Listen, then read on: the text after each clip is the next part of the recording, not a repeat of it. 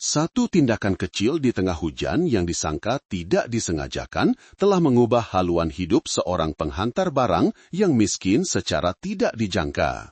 Tiada siapa menyangka gadis yang diselamatkannya adalah anak perempuan pengarah pengambilan pekerja syarikat yang bakal di pohonnya. Kisah yang penuh emosi, kemanusiaan, dan membuatkan ramai orang merenung tentang nilai kebaikan dalam masyarakat moden. Anda tidak akan percaya kesudahannya. Hujan turun mencurah-curah bagai melepaskan amarah, lebat dan menejukkan hingga ke sanubari. Jalan-jalan kecil di pinggir kawasan perindustrian Shah Alam yang sedia becak, kini bertukar menjadi lopak-lopak lumpur yang licin. Amir, pemuda penghantar barang yang kurus kering itu, tergesa-gesa menunggang motosikal kapcanya di tengah hujan lebat, sebelah tangan memegang bungkusan barang yang dibalut kemas dalam plastik, tangan sebelah lagi mengawal hendal agar tidak tergelincir. Baju hujan nipis yang telah ditampal berkali-kali oleh ibunya, kini melekat rapat pada badannya yang basah lencun seperti kulit kedua.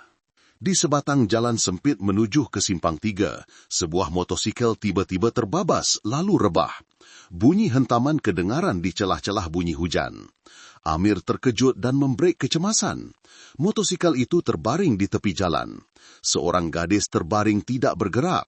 Sebelah kakinya dihempap motosikal. Baju putihnya telah comot dengan lumpur.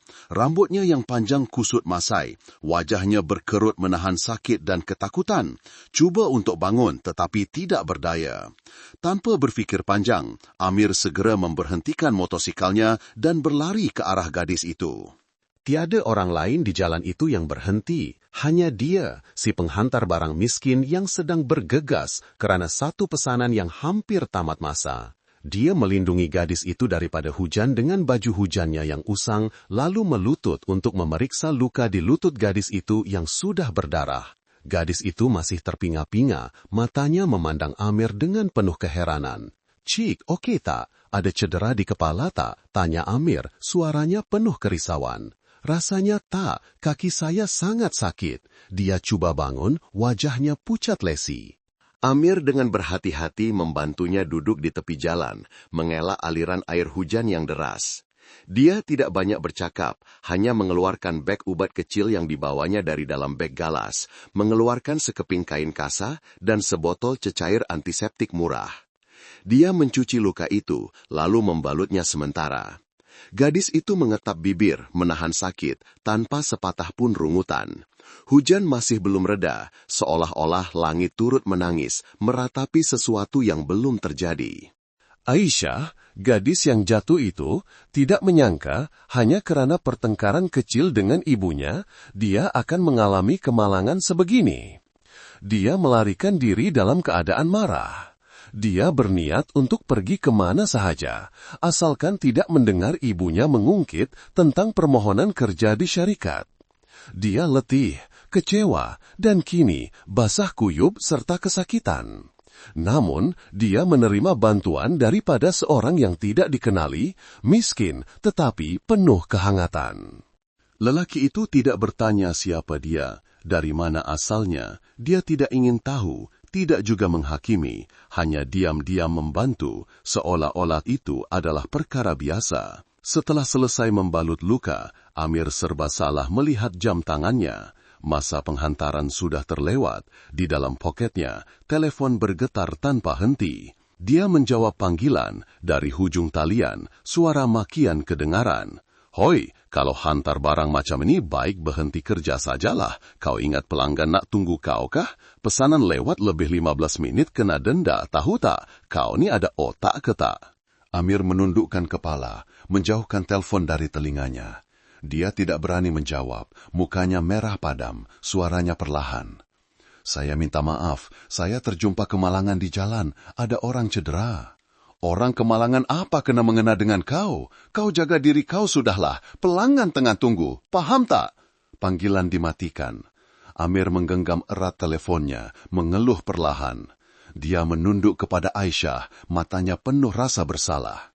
Cik, dah okey. Saya kena pergi kejar masa. Baju hujan ni saya tinggalkan untuk Cik. Kalau ada kenalan lalu, minta tolong mereka hantarkan balik ya.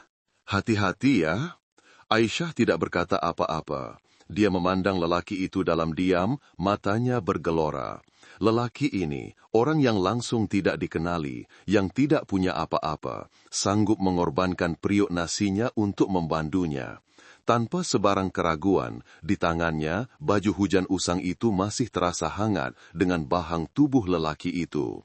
Dia menggenggamnya perlahan, di matanya sesuatu yang aneh baru mula berputik. Amir berpaling, susuk tubuhnya yang kecil hilang perlahan-lahan di dalam hujan. Motosikal usangnya membelok ke lorong kecil, hilang di sebalik tirai air. Aisyah masih duduk di situ sendirian di tengah hujan. Kesakitan fizikal tidak membuatnya keliru seperti perasaan yang baru dialaminya, sebuah kasih sayang tanpa syarat. Buat pertama kalinya, dia, seorang gadis yang dibesarkan dalam serba kemewahan, melihat nilai sebuah tindakan baik yang begitu sederhana. Orang sering berkata, dalam masyarakat yang penuh perhitungan dan mementingkan diri sendiri, kadangkala orang yang paling tidak dipedulikanlah yang melakukan perkara paling luar biasa. Dia tidak tahu nama lelaki itu, tidak tahu di mana dia tinggal. Yang tinggal hanyalah sebaris nomor telepon yang ditulis tergesa-gesa di atas kertas ubat, dilipat kemas dan diselitkan ke tangannya.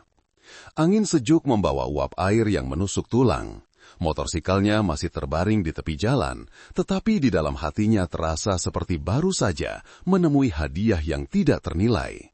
Bukan uang, bukan status, tetapi sesuatu yang kurang padanya, sedikit kepercayaan terhadap manusia.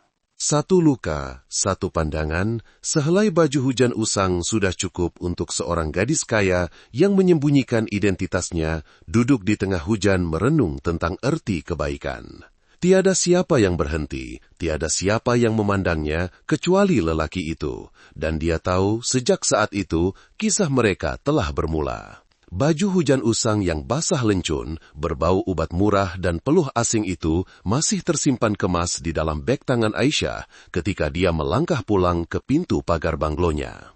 Di bawah cahaya lampu kuning malap yang memancar dari beranda rumah, titisan hujan masih membasahi rambutnya.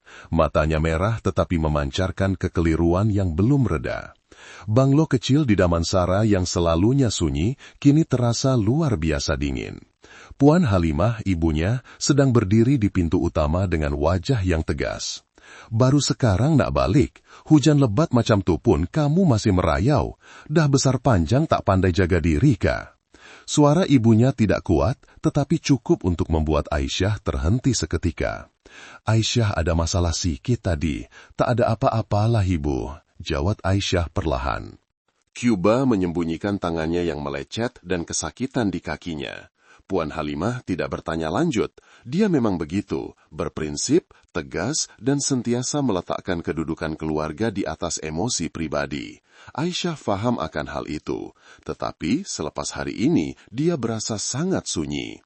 Aisyah naik ke bilik dan menutup pintu. Dia mengeluarkan baju hujan itu dan meletakkannya perlahan di atas katil, seolah-olah ia adalah barang yang sangat berharga. Padanya masih ada kesan lumpur, beberapa helai rambut pendek, dan kehangatan tulus yang belum pernah dirasainya pada lelaki-lelaki di sekitarnya.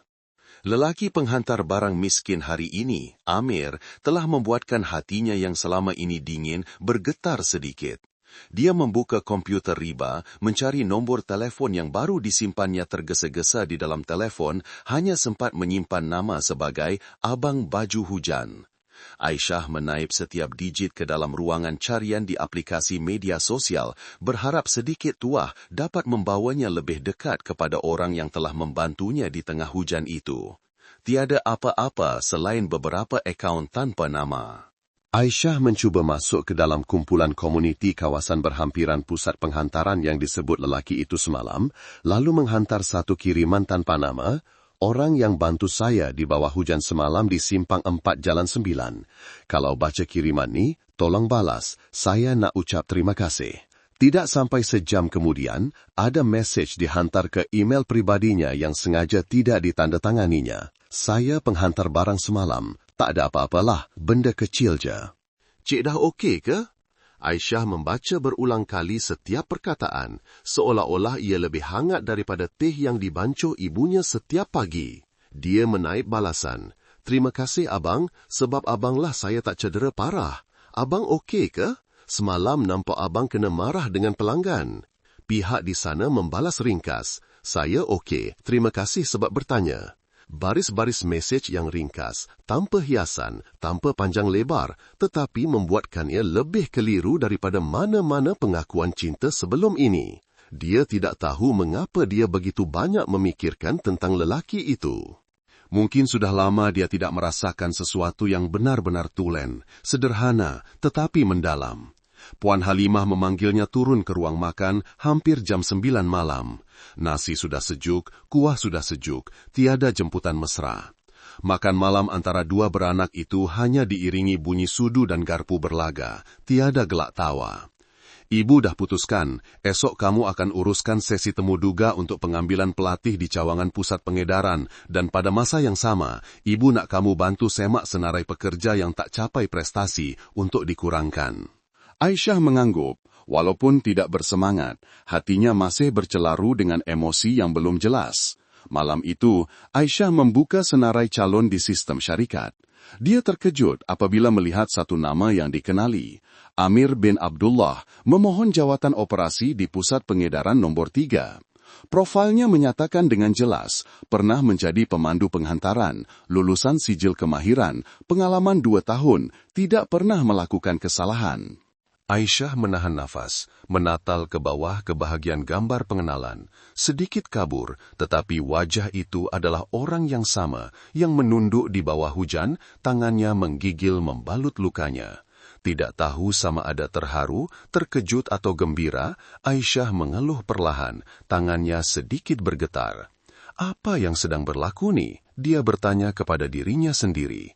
Sejurus itu, dia menghantar email kepada Jabatan Sumber Manusia, menyatakan hasrat untuk mengendalikan sendiri sesi temu duga calon ini, tetapi tidak menyatakan sebab khusus.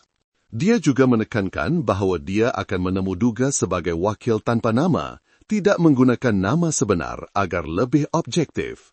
Lewat malam, Aisyah duduk di tepi tingkap, melihat hujan yang telah reda. Baju hujan itu masih diletakkan di sebelahnya, dan hatinya seperti ada sesuatu yang sedang mekar, satu emosi yang belum pernah dialaminya sejak dibesarkan dalam acuan yang dingin dan penuh harapan. Mungkin sama seperti hujan petang semalam, lelaki itu muncul ketika dia paling letih, lalu meninggalkan kesan yang sukar dilupakan, walaupun hanya sekejap. Pagi itu, langit kelabu sama seperti perasaan Amir yang bercampur baur. Dia berdiri di hadapan bangunan pusat pengedaran milik sistem logistik swasta terbesar di rantau itu. Dengan kemeja putih yang sudah pudar warnanya, ujung lengan bajunya sudah lusuh, tangan kirinya menggenggam erat fail dokumen yang berkedut di bucurnya, manakala tangan kanannya yang berpeluh sedikit bergetar. Dia belum pernah melangkah masuk ke tempat semewah ini, bangunan kaca bertingkat tinggi. Orang yang keluar masuk berpakaian kemas dan sopan. Hanya dia yang kelihatan janggal, teragak-agak dengan kasut kainnya yang sudah haus tapaknya. Duduk di dalam bilik temu duga, di sebalik cermin sehala, Aisyah membetulkan cermin matanya, cuba menyembunyikan debaran di sebalik solekan nipis. Nama samaran Sarah digunakannya dalam sesi temu duga dalaman kali ini kerana dia tidak mahu identiti sebenarnya menjejaskan objektiviti. Apabila melihat Amir melalui kamera keselamatan melangkah masuk ke ruang menunggu, jantungnya tiba-tiba berdebar kencang. Imej pemuda miskin yang melindunginya dengan baju hujan di bawah hujan lebat tempoh hari kembali terbayang, jelas seolah-olah baru sahaja berlaku.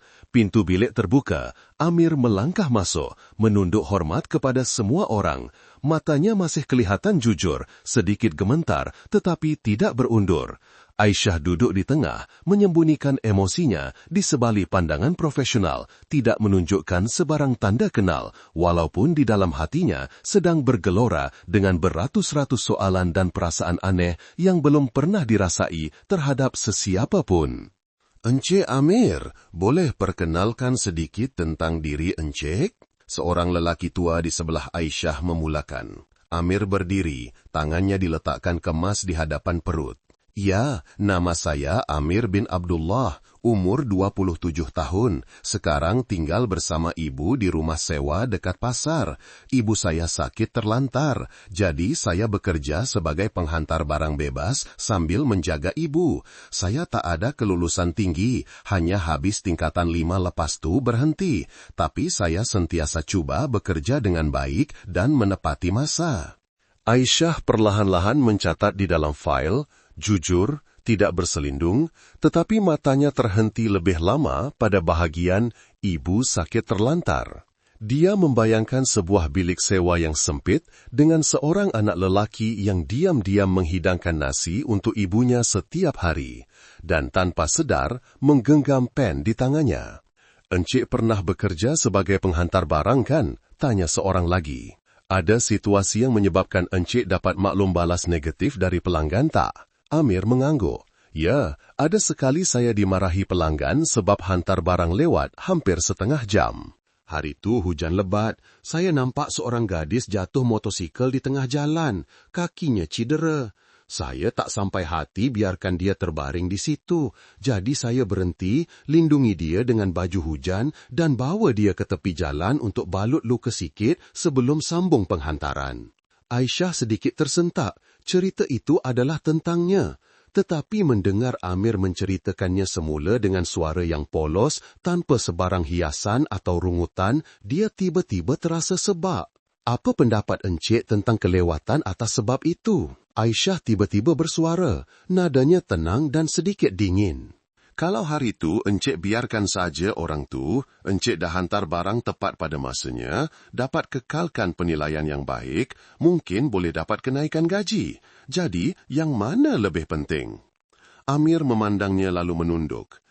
"Saya pun banyak fikir pasal tu, tapi kalau saya biarkan mangsa kemalangan di tengah hujan, walaupun saya dapat kekalkan kerja, saya tak dapat kekalkan hati nurani saya.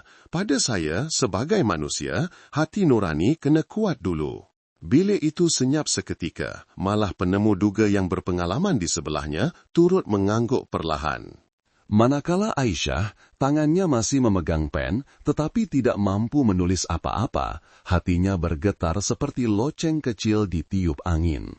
"Terima kasih Encik Amir. Jadi kalau di masa depan ada lagi situasi yang meletakkan Encik di antara pilihan kerja dan etika, Encik akan sentiasa pilih etika?" "Ya, saya rasa saya akan pilih cara supaya kedua-duanya tak perlu dikorbankan." Dia tersenyum sedikit. "Kalau boleh maklumkan pelanggan lebih awal atau cari orang bantu, saya akan buat. Tapi kalau tak ada cara lain, bantu orang tetap jadi pilihan terakhir saya." Jawapan itu membuatkan seluruh bilik senyap. Seseorang menggelengkan kepala perlahan, berbisik di telinga orang di sebelahnya. "Baik macam ni, macam mana nak bersaing kat tempat ni?" Aisyah mendengarnya dengan jelas, tetapi dia tidak bertindak balas, hanya diam-diam menandakan di dalam fail. Utamakan latihan, akhlak mantap, kemahiran perlu diasah. Sesi temuduga berakhir. Amir menunduk hormat, belakang bajunya basah dengan peluh. Dia meninggalkan bilik, melangkah keluar ke koridor, tidak tahu bahawa pandangan seseorang masih mengikutinya dari sebalik cermin kabur. Aisyah duduk terdiam. Tangannya masih memegang fail, tetapi hatinya tidak lagi setenang ketika dia datang. Dia tidak pernah menyangka akan terharu dengan seseorang seperti Amir, tiada kelulusan, tiada kemasyhuran, hanya sepasang mata yang jujur dan hati yang tidak berkira. Apabila Amir hilang dari pandangan, seorang rakan sekerja bersuara, "Budak ni mudah dibuli dalam persekitaran yang kompetitif." Seorang laga menyampuk, "Belum tentu cukup kantal nak pegang jawatan penyelaras." Aisyah masih diam. Dia tidak memberitahu bahawa keberanian sebenar bukan terletak pada kata-kata lantang atau segulung ijazah, tetapi pada keberanian seseorang untuk melakukan perkara yang betul apabila tiada siapa yang melihat. Dia perlahan-lahan memejamkan mata. Di dalam kepalanya kini bukan lagi tentang soal temu duga atau kriteria pengambilan pekerja, tetapi image seorang pemuda yang meninggalkan baju hujannya yang koyak dan bertanya dengan suara yang tulus, "Cik Sakita." Dia belum pernah berjumpa sesiapa seperti itu. Seseorang yang membuatnya terharu bukan karena penampilan, bukan karena bakat, tetapi karena cara mereka melayan seorang insan yang tidak dikenali. Dan buat pertama kalinya dalam hidupnya, dia merasakan sebuah temu duga yang luar biasa, di mana penemu duga itu sendiri yang diuji. Hari pertama kerja Amir bermula dengan sinaran matahari yang terik dan motosikal kapcai usang yang dipinjamnya daripada bapak saudaranya. Belum pukul 8 pagi, wajah Amir sudah dibasahi peluh. Dia tiba di pusat pengedaran setengah jam lebih awal. Diam-diam menolak motosikalnya ke sudut halaman, mengelap kesan minyak yang masih melekat dari malam semalam. Depot pengedaran barang terletak di pinggir bandar, di mana jalannya masih berbatu dan berlubang. Bau matahari pagi bercampur dengan bau tar yang menusuk hidung. Encik Razak, seorang lelaki berusia sekitar 40-an, kulitnya gelap kerana terdedah kepada matahari, topi keselamatannya ditarik rendah ke dahi, keluar memandang Amir dari atas ke bawah lalu mendengus. "Oh, kau budak baru ya? Terus ambil trip luar bandar, tak payah GPS." "Ni ada peta kertas, jangan banyak tanya." Amir belum sempat menjawab, dia sudah disumbat dengan setimbun pesanan tebal dan dihalau pergi.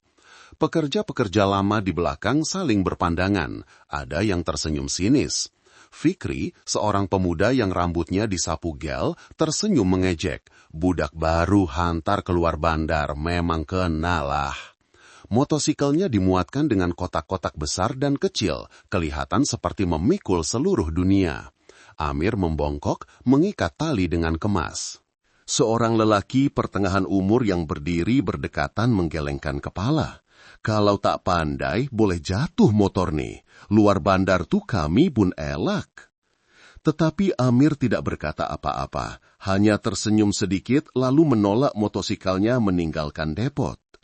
Jalan yang berliku-liku membawanya keluar dari kawasan bandar yang sibuk, digantikan dengan sawah padi yang disinari cahaya matahari.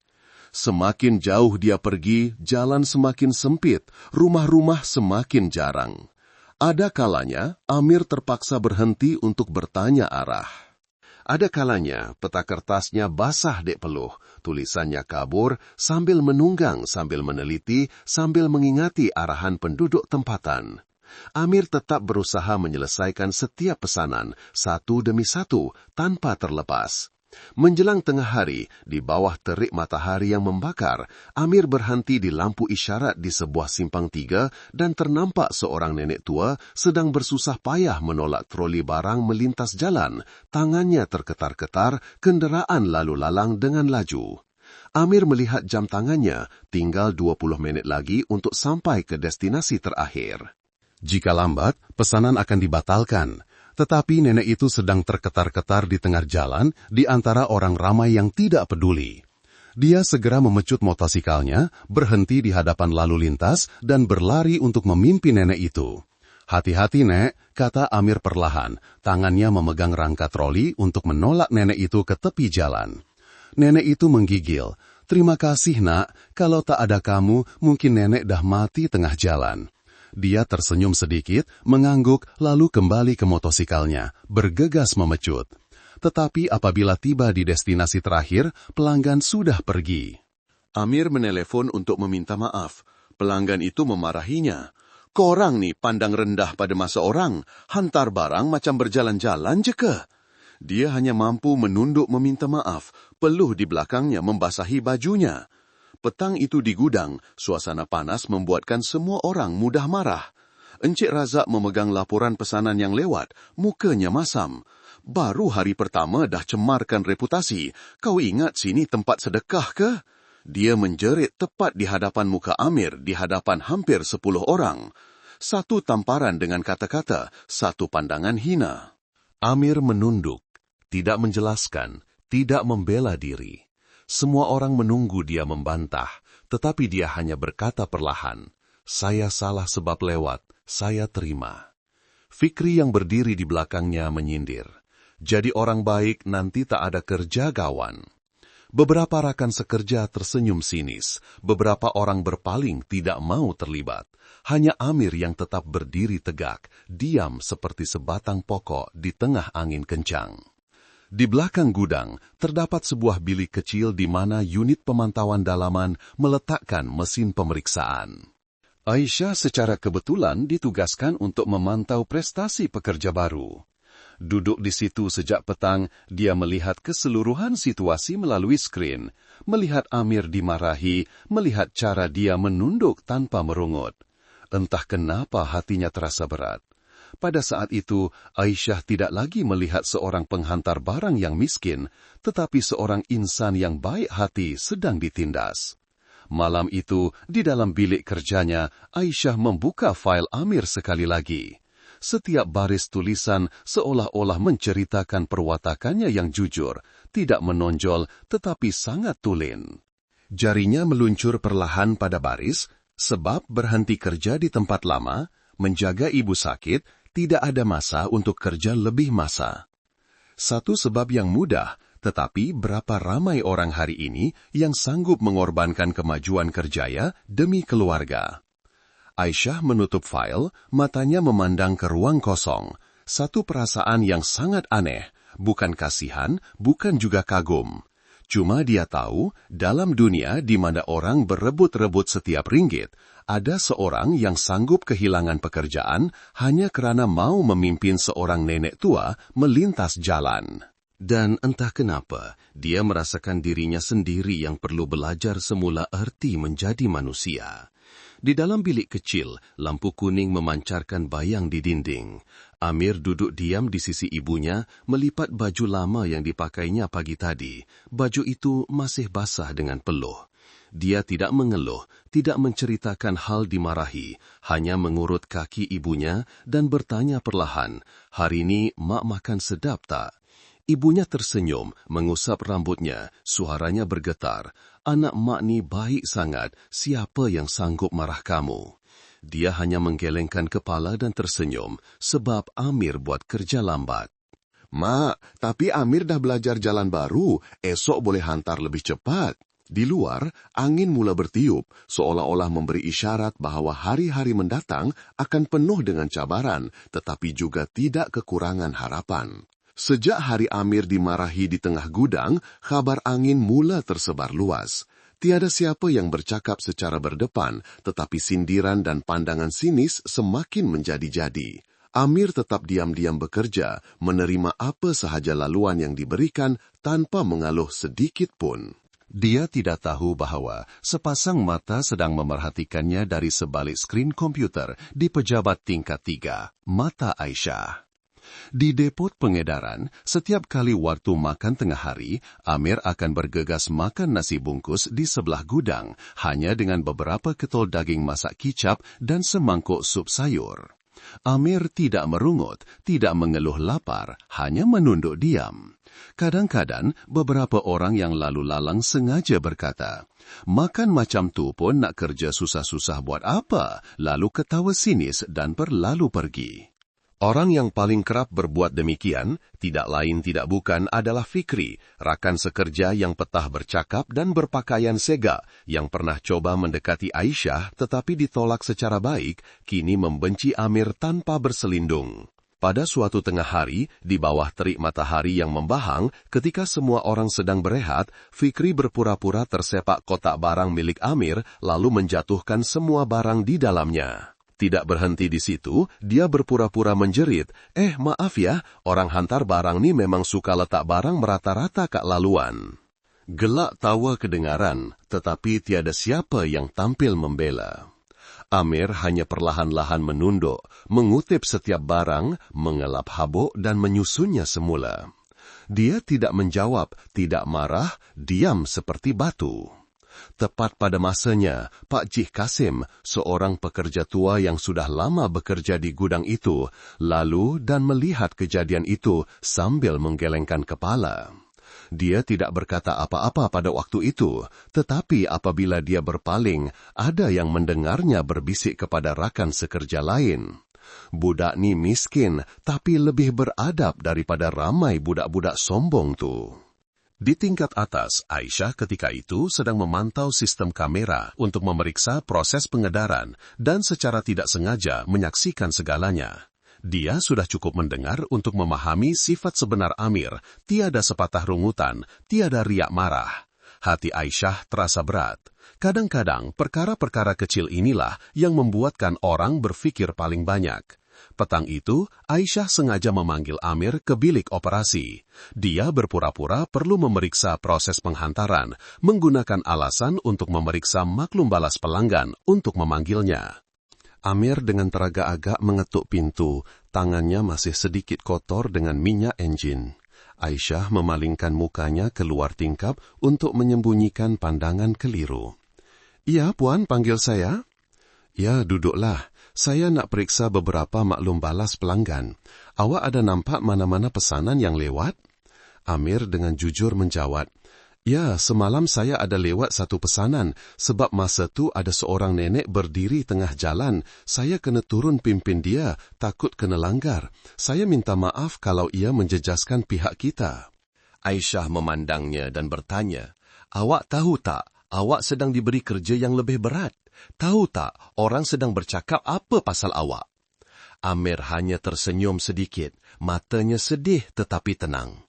"Ya, mungkin mereka nampak saya buat kerja lambat betul.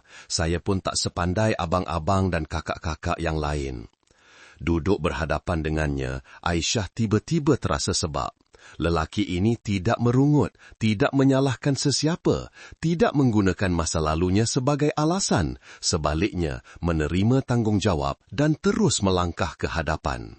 Selepas Amir pergi, Aisyah masih duduk diam di dalam bilik, memandang ke arah pintu kaca. Dia melihat susuk tubuhnya hilang di sebalik tangga, lalu meletakkan tangannya di dada kirinya, di mana jantungnya baru sahaja berdegup aneh. Malam itu, dia memutarkan semula rakaman di gudang. Dia melihat pandangan mata Amir ketika menunduk mengutip setiap barang yang jatuh. Tidak marah, hanya seperti seseorang yang sudah biasa dengan kesusahan dan sabar. Aisyah terus memandang tanpa berkelip, dan di dalam hatinya, seorang yang dilahirkan dalam kelas sosial yang berbeza perlahan-lahan faham bahwa ada nilai-nilai yang tidak dapat dilihat dengan mata, tetapi hanya dapat dirasai dengan hati. Pada suatu petang yang lain, ketika angin mula bertiup, Aisyah secara kebetulan terdengar Pak Ji Kasim bercerita kepada beberapa pelatih tentang Amir. "Dulu aku pun pernah marah dia, ingat dia lembab, tapi rupa-rupanya dia ada hati. Hantar barang ke rumah nenek cerewet manapun, sanggup berdiri dengar orang tu mengadu setengah jam baru pergi." "Budak-budak sekarang semua elak." Aisyah tersenyum. Dia tahu dia tidak boleh campur tangan terlalu dalam, tetapi hatinya sudah mula mahu melindungi lelaki itu secara diam-diam. Kerana dari lubuk hatinya, dia faham jika membiarkan Amir ditindas di tempat yang penuh fitnah ini, mungkin dia sendiri yang tidak akan dapat memaafkan dirinya. Suatu petang yang lain, Fikri lalu di sebelah tempat Amir sedang mengangkat barang, berbisik kepada orang di sebelahnya, "Jenis pura-pura baik macam ni, sekarang pun masih boleh tipu perempuan kah?" Sama ada sengaja atau tidak, kata-kata itu sampai ke telinga Aisyah ketika dia baru sahaja melintasi kawasan gudang. Dia berhenti dan memandang Fikri tanpa berkelip. Fikri serba salah dan berpaling. Dan pada malam itu juga, Aisyah secara proaktif mencadangkan pertukaran orang yang bertanggung jawab memantau gudang utama. Alasan yang diberikan adalah keperluan untuk seseorang yang mempunyai semangat kerja yang lebih baik. Aisyah tidak mengatakannya, tetapi hatinya sudah memilih haluan lain. Dia bukan lagi hanya pemerhati. Mulai hari ini, dia akan menjadi pelindung kebaikan secara diam-diam dengan kuasa yang dimilikinya. Malam itu, Amir duduk di bawah beranda rumah sewanya, memegang semangkuk mie segera panas, mengira semula setiap pesanan yang perlu dihantar esok. Angin bertiup sepoi-sepoi. Dia tidak tahu bahwa di sudut lain bandar, seorang gadis sedang memikirkannya, bukan dengan rasa kasihan, tetapi dengan perasaan tulus yang diam-diam dan semakin membesar setiap hari. Hujan lewat petang turun secara tiba-tiba, membasahi bumbung zinc usang gudang. Setiap titisan hujan yang lebat menghantam dinding zinc berbunyi gemuruh, seperti hati seseorang yang sedang bergelora. Dalam ruang yang suram dan sejuk pada suatu petang yang lembab itu, tiada siapa menyangka bahwa di tempat yang disangka hanya penuh dengan kerja kasar ini, akan berlaku sesuatu yang mengubah hati manusia. Lantai gudang menjadi licin karena air hujan yang masuk, ditambah pula dengan beberapa kotak barang yang basah dan menitiskan air. Sebuah forklift usang tergelincir dan melanggar rak barang di sebelahnya. Bunyi dentuman yang kuat kedengaran, seluruh gudang terkejut dan berpaling. Satu barisan kotak besar tumbang seperti domino, bertaburan di seluruh lantai. Dalam keadaan huru-hara itu, satu jeritan nyaring kedengaran. Kak Mina, pekerja wanita paling tua di gudang, kakinya tersepit di bawah sebuah kotak berat kira-kira 20 kilogram. Semua orang tergamam, ada yang terkejut, ada yang panik, tetapi anehnya tiada siapa yang berani mendekat. Air yang bertakung membuatkan lantai licin, barang-barang berselerakan, semua orang takut terlibat. Hanya seorang yang tidak berfikir panjang, Amir. Dia bergegas ke hadapan, kakinya tergelincir, tetapi dia masih cuba mengimbangi badan. Dia membongkok, menolak kotak-kotak ke tepi sambil berkata, "Kak Minah, akak okey tak? Tahan sikit, saya tarik keluar." Peluh bercampur air hujan menitis dari dahinya, tetapi matanya penuh dengan keazaman dan kerisauan. Fikri, yang selalu bercakap besar di gudang, berundur beberapa langkah. Dia berpura-pura menelepon, tangan dan kakinya menggigil kerana takut terlibat. Tiada siapa yang menyalahkannya, tetapi semua orang dapat melihat dalam hati mereka, imej Fikri berundur dan Amir meluru ke hadapan, seperti dua gambaran yang sangat kontras. Kak Minah berjaya ditarik keluar, kakinya lebam, tetapi mujur tidak patah. Beberapa orang lain yang melihat keberanian Amir turut serta membantu membersihkan kawasan itu. Amir tidak berkata apa-apa, hanya mengangguk berterima kasih kepada setiap orang dan kemudian diam-diam mengutip kotak-kotak barang yang rosak. Apabila penyelia tiba dan bertanya siapa yang bertanggung jawab, semua orang teragak-agak. Fikri mula bersuara, "Mesti si Amir nih, dia yang berdiri paling dekat." Tanpa menunggu dituduh, Amir melangkah ke hadapan. "Saya yang bertanggung jawab. Masa tu saya pun tengah tolak troli dekat situ. Saya tak sempat elak." Penyelia mengangguk, mencatat, tidak berkata apa-apa lagi, tetapi Aisyah, yang masih memerhati melalui sistem dalaman dan secara kebetulan berada di belakang, telah menyaksikan segalanya. Dia melihat bagaimana Amir tidak menyalahkan sesiapa, tidak membela diri, dia mendengar suaranya yang tenang. "Saya cuma kesal sebab buat Kak Minah sakit." Kata-kata itu, di tengah-tengah bunyi bising gudang, kedengaran begitu jelas dan menyentuh hatinya. Selepas waktu kerja, hujan sudah reda, tetapi tanah masih bertakung air. Amir membantu membalut luka Kak Minah, manakala Fikri telah hilang sejak waktu pulang. Pekerja-pekerja yang lebih tua di gudang mula berbisik-bisik, bukan tentang barang yang tumpah, tetapi tentang sikap setiap orang. Pak Cik Kasim duduk mengupas kacang sambil berkata kepada beberapa rakan sebayanya, "Budak ni miskin tapi baik hati, hidup ada adab. Budak-budak yang mulut besar belum tentu tahu jadi orang." Kata-kata itu sampai ke telinga Aisyah ketika dia melintas. Dia tidak berpaling, hanya mengetap bibir, matanya seperti bergenang. Setibanya di pejabat, Aisyah membuka fail Amir sekali lagi. Maklumat yang lapuk, tiada apa yang menonjol. Kelayakan sijil kemahiran, pengalaman sebagai penghantar barang, menjaga ibu sakit, penilaian kemahiran biasa. Tetapi Aisyah tahu semua itu tidak dapat mengukur kepribadiannya. Malam itu, ketika kegelapan menyelubungi kawasan perumahan usang, Amir sedang tekun mencuci bajunya dengan tangan apabila telefonnya berdering. Satu email dari sistem syarikat, tiada pengirim yang jelas, hanya menyatakan, "Anda akan dipindahkan ke unit sokongan gudang minggu depan untuk menguji keupayaan kerjasama pelbagai tugas." Amir mengerutkan dahi, terkejut. Dia tidak tahu bahwa gadis yang pernah dilindunginya daripada hujan sedang diam-diam membuka pintu baru untuk hidupnya. Aisyah duduk di dalam bilik yang terang benderang, memandang skrin lalu perlahan-lahan menekan butang hantar untuk satu mesej tanpa nama kepada lembaga pengarah. Orang ini layak diberi cabaran yang lebih besar.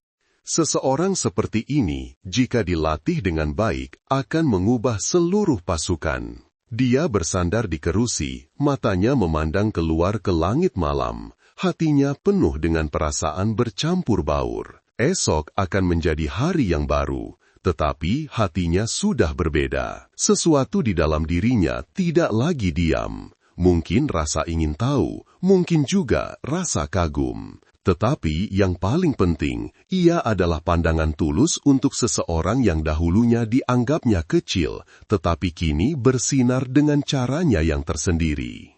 Di satu sudut gudang, Kak Minah duduk mengurut kakinya yang sakit, sambil bergumam, "Orang bukan mulia karena pakaian, tetapi mulia karena hati." Kata-kata itu perlahan seperti angin, tetapi meninggalkan kesan di hati mereka yang hanya melihat tanpa berbuat apa-apa. Pagi itu, suasana di dalam gudang kelihatan berbeda. Tiada siapa yang menyatakannya, tetapi pandangan mata yang penuh tanda tanya, jelingan-jelingan, dan bisikan-bisikan sudah cukup menceritakan segalanya. Berita Amir, pemuda penghantar barang yang sederhana, dinaikkan pangkat ke unit pemeriksaan proses, telah menggemparkan seluruh gudang. Orang yang paling terkejut adalah Amir sendiri. Dia sedang sibuk mengelap tempat duduk motorsikalnya apabila Pak Cik Kasim dari pejabat pentadbiran keluar memanggilnya dengan kuat. "Amir, masuk jumpa lembaga pengarah, ada arahan pertukaran baru." Amir terpinga-pinga, tangannya masih kotor dengan minyak. Dia mengelap tangannya pada bajunya yang usang dan melangkah dengan teragak-agak ke dalam bilik. Tidak faham apa yang sedang berlaku. Seseorang menepuk bahunya sambil tersenyum sinis.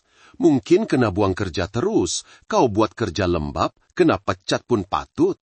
Bilik lembaga pengarah hari itu sunyi. Hanya ada pengurus gudang, Encik Kamal, yang terkenal tegas dan jarang tersenyum. Dia mengangkat kepala memandang Amir dan berkata ringkas, "Kamu akan dipindahkan ke unit pemeriksaan proses mulai hari ini. Lembaga pengarah perlukan orang yang jujur, rajin, dan mempunyai pemerhatian yang tajam." Amir tergamam, menyangka dia salah dengar. Dia tidak pernah memikirkan apa-apa selain mengangkat barang, menyusun barang, menghantar barang. Dipindahkan ke unit pemeriksaan bermakna tidak lagi berpanas terik dan berhujan, tidak lagi menunggang motosikal usang setiap hari, tetapi pada masa yang sama, tekanannya lebih besar. Unit ini adalah tempat menyemak proses. Jika ada kesilapan, tanggung jawabnya sangat berat. "Ya, tapi kenapa saya?" Amir tergagap-gagap bertanya, matanya masih memandang ke bawah pada kasutnya yang lusuh. Pengurus Kamal tidak menjawab serta-merta. Dia hanya memberikan Amir satu fail dokumen. "Orang yang bekerja dengan jujur, bukan sebab ada kenalan. Kamu baca betul-betul piawaian ni, mula petang ni."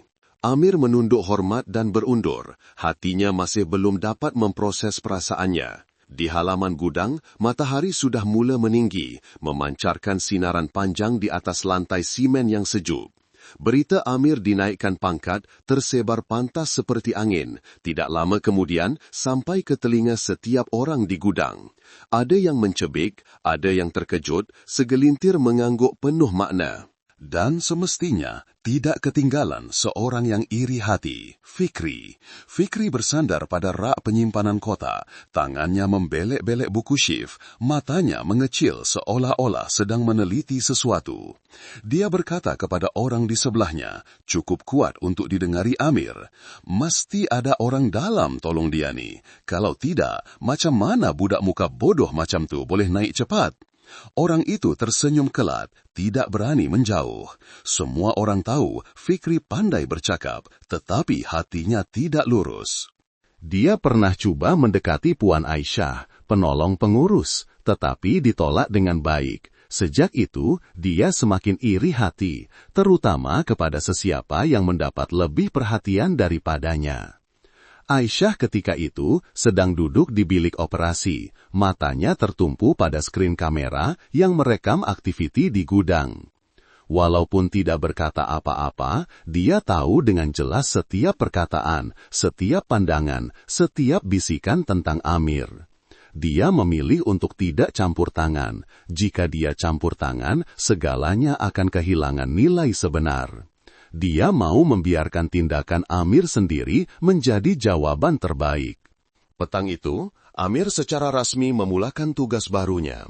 Unit pemeriksaan terdiri daripada 4 orang. Setiap seorang bertanggung jawab menyemak peringkat pembungkusan, pengangkutan, masa pusingan barang, dan kesilapan dokumen.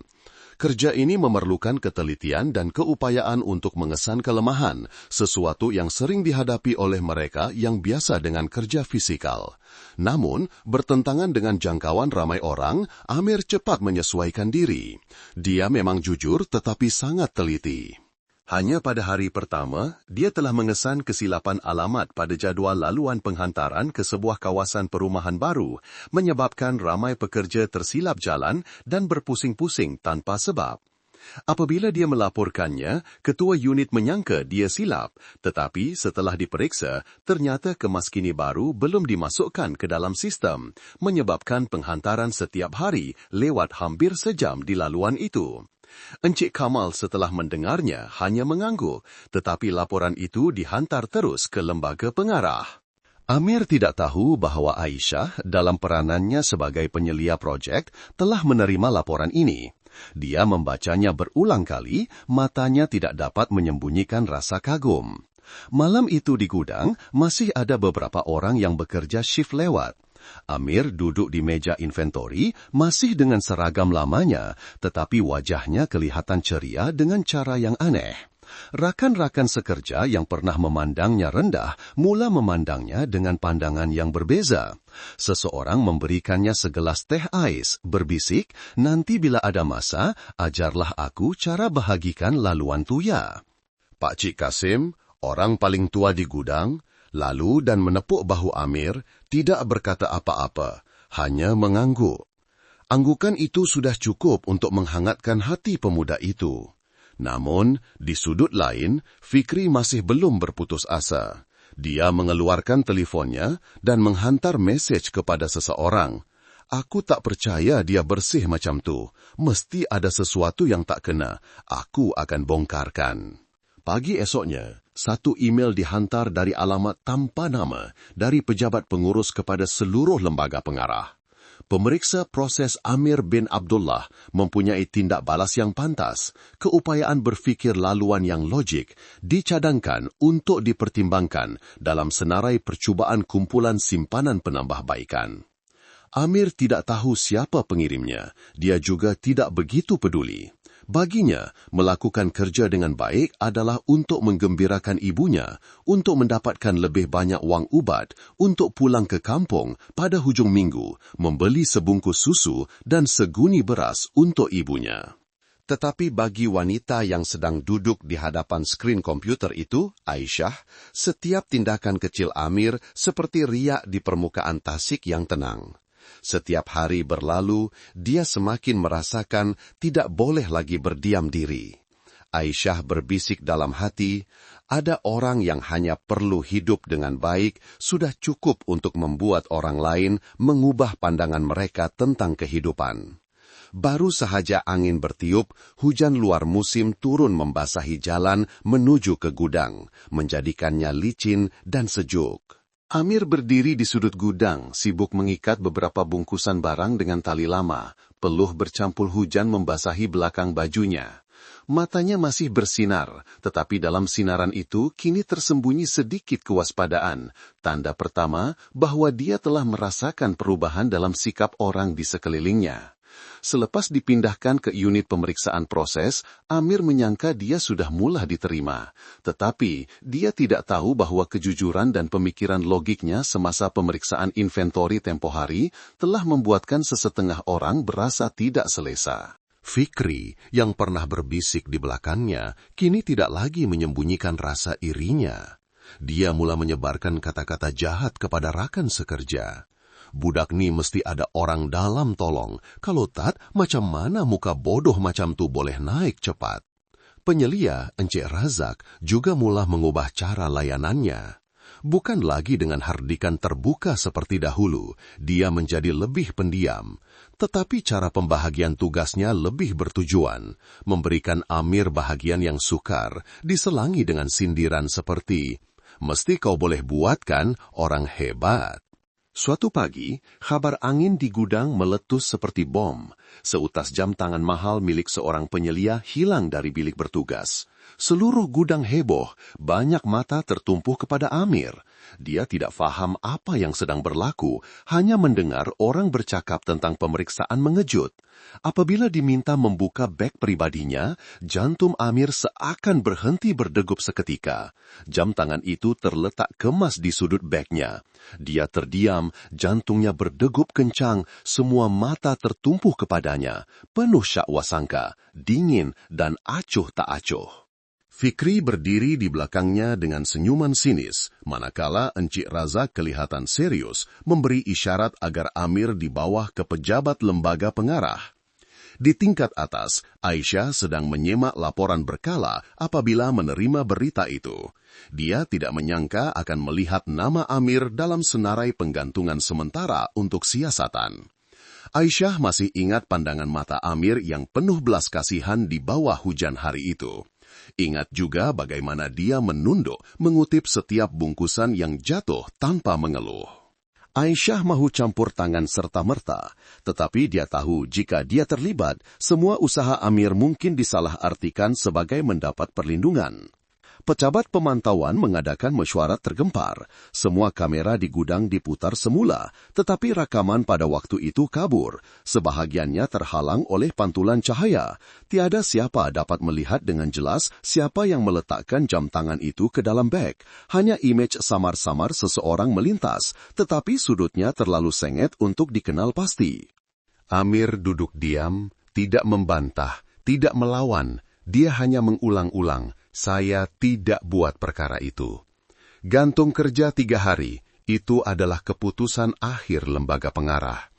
Amir diam-diam mengemas barangnya, melintasi pandangan sinis rakan sekerja.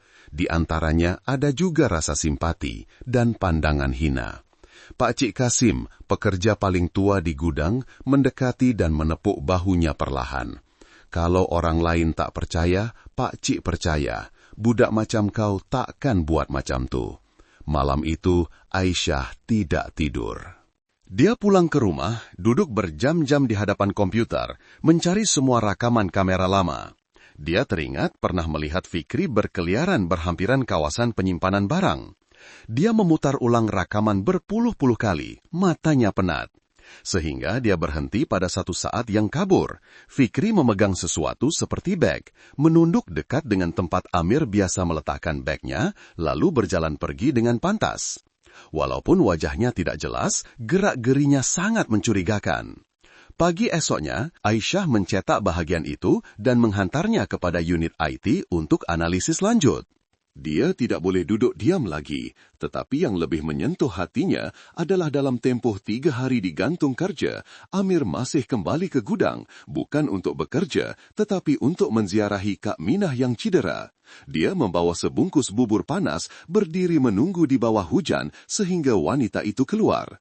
"Saya minta maaf sebab buat kecoh beberapa hari ini," katanya, lalu berpaling pergi tanpa menyalahkan sesiapa. Keesokan harinya, Pak Cik Kasim menyerahkan sepucuk surat tulisan tangan kepada lembaga pengarah. Tulisannya tidak kemas, tetapi penuh keazaman. "Saya dah kerja kat sini 20 tahun, dah jumpa macam-macam orang. Baik ada, jahat pun ada. Tapi budak Amir ni, orang nak kata apa pun, saya percaya dia. Orang yang sanggup berkorban untuk tolong nenek tua, bersihkan gudang lepas hujan dan masih ambil berat pasal orang yang cedera, tak mungkin jadi pencuri." Surat itu sampai ke tangan Aisyah. Dia terdiam di mejanya. Gambar kabur dari kamera dan surat tulisan tangan Pak Cik Kasim terletak bersebelahan, seperti 2 bukti, satu dari mesin, satu dari hati manusia. Aisyah menarik nafas dalam-dalam, memutuskan untuk membuka siasatan dalaman tidak rasmi. Dia perlu memastikan segalanya tidak akan membiarkan seseorang seperti Amir ditindas oleh pembodek dan penipu. Petang itu, seluruh gudang kembali heboh dengan berita baru. Kononnya akan ada orang turun untuk memeriksa semula kamera. Fikri mendengarnya, mukanya pucat. Dia tersenyum kelat. Mesti periksa buat syarat je, siapa yang rajin nak siasat benda remeh macam ni, tetapi hatinya gelisah. Manakala Amir, dia kembali ke gudang selepas 3 hari, tidak menyalahkan sesiapa, masih dengan penampilan yang sederhana, masih dengan senyuman kecil ketika menyapa semua orang, masih menerima kerja yang sukar tanpa sepatah rungutan. Tetapi kali ini, pandangan matanya kelihatan lebih tabah. Dinding pertama adalah kemiskinan, dinding kedua adalah iri hati. Dia perlahan-lahan mengatasinya dengan kesabaran dan kebaikan. Aisyah dari sebuah bilik di tingkat atas diam-diam memperhati setiap langkahnya, berkata pada diri sendiri, kalau orang ini disingkirkan dari sistem karena kebaikannya, maka sistem inilah yang bermasalah. Pagi-pagi, bilik operasi di tingkat 3 masih sunyi seperti biasa, tetapi suasana hari ini sangat berbeza, tegang seperti tali gitar. Cahaya lampu putih yang sejuk menerangi wajah serius setiap ahli lembaga pengarah. Di skrin besar di hadapan mereka adalah rakaman video yang diperlambatkan. Setiap bingkai menunjukkan dengan jelas image seseorang menunduk, menyelinap di belakang rak barang, lalu meletakkan sesuatu ke dalam beg Amir. Walaupun wajahnya tidak kelihatan jelas, tetapi cara berjalan, jaket, dan topi kelabu yang dipakainya, semua orang dapat mengecam bahwa itu adalah Fikri. Suasana di dalam bilik senyap sunyi. Orang pertama yang memecah kesunyian adalah Pak Cik Kasim, pekerja tua yang sentiasa tenang. Saya dah katakan, budak Amir tu bukan jenis orang macam tu. Suaranya, walaupun perlahan, penuh dengan kekuatan, seolah-olah menampar kepura-puraan yang baru sahaja terbongkar. Aisyah berdiri di sudut bilik, tangannya diletarkan perlahan di atas meja, coba mengekalkan suara yang tenang. Saya dah periksa semula seluruh sistem kamera 3 hari lepas dan mendapati rakaman ini telah ditindih dan dikaburkan. Mujur ada satu kamera sokongan yang belum diselaraskan, jadi data lama masih tersimpan. Matanya sedikit merah, tetapi tetap tegas. Dia tidak menamakan Fikri sebagai pelaku, tetapi rakaman itu sudah cukup untuk membuat semua orang faham. Pengarah operasi mengerutkan dahi lalu mengangguk, memanggil setiausaha untuk memanggil Fikri dan juga penyelia Razak. Kita perlu jelaskan perkara ini. Setiausaha itu menunduk perlahan dan keluar.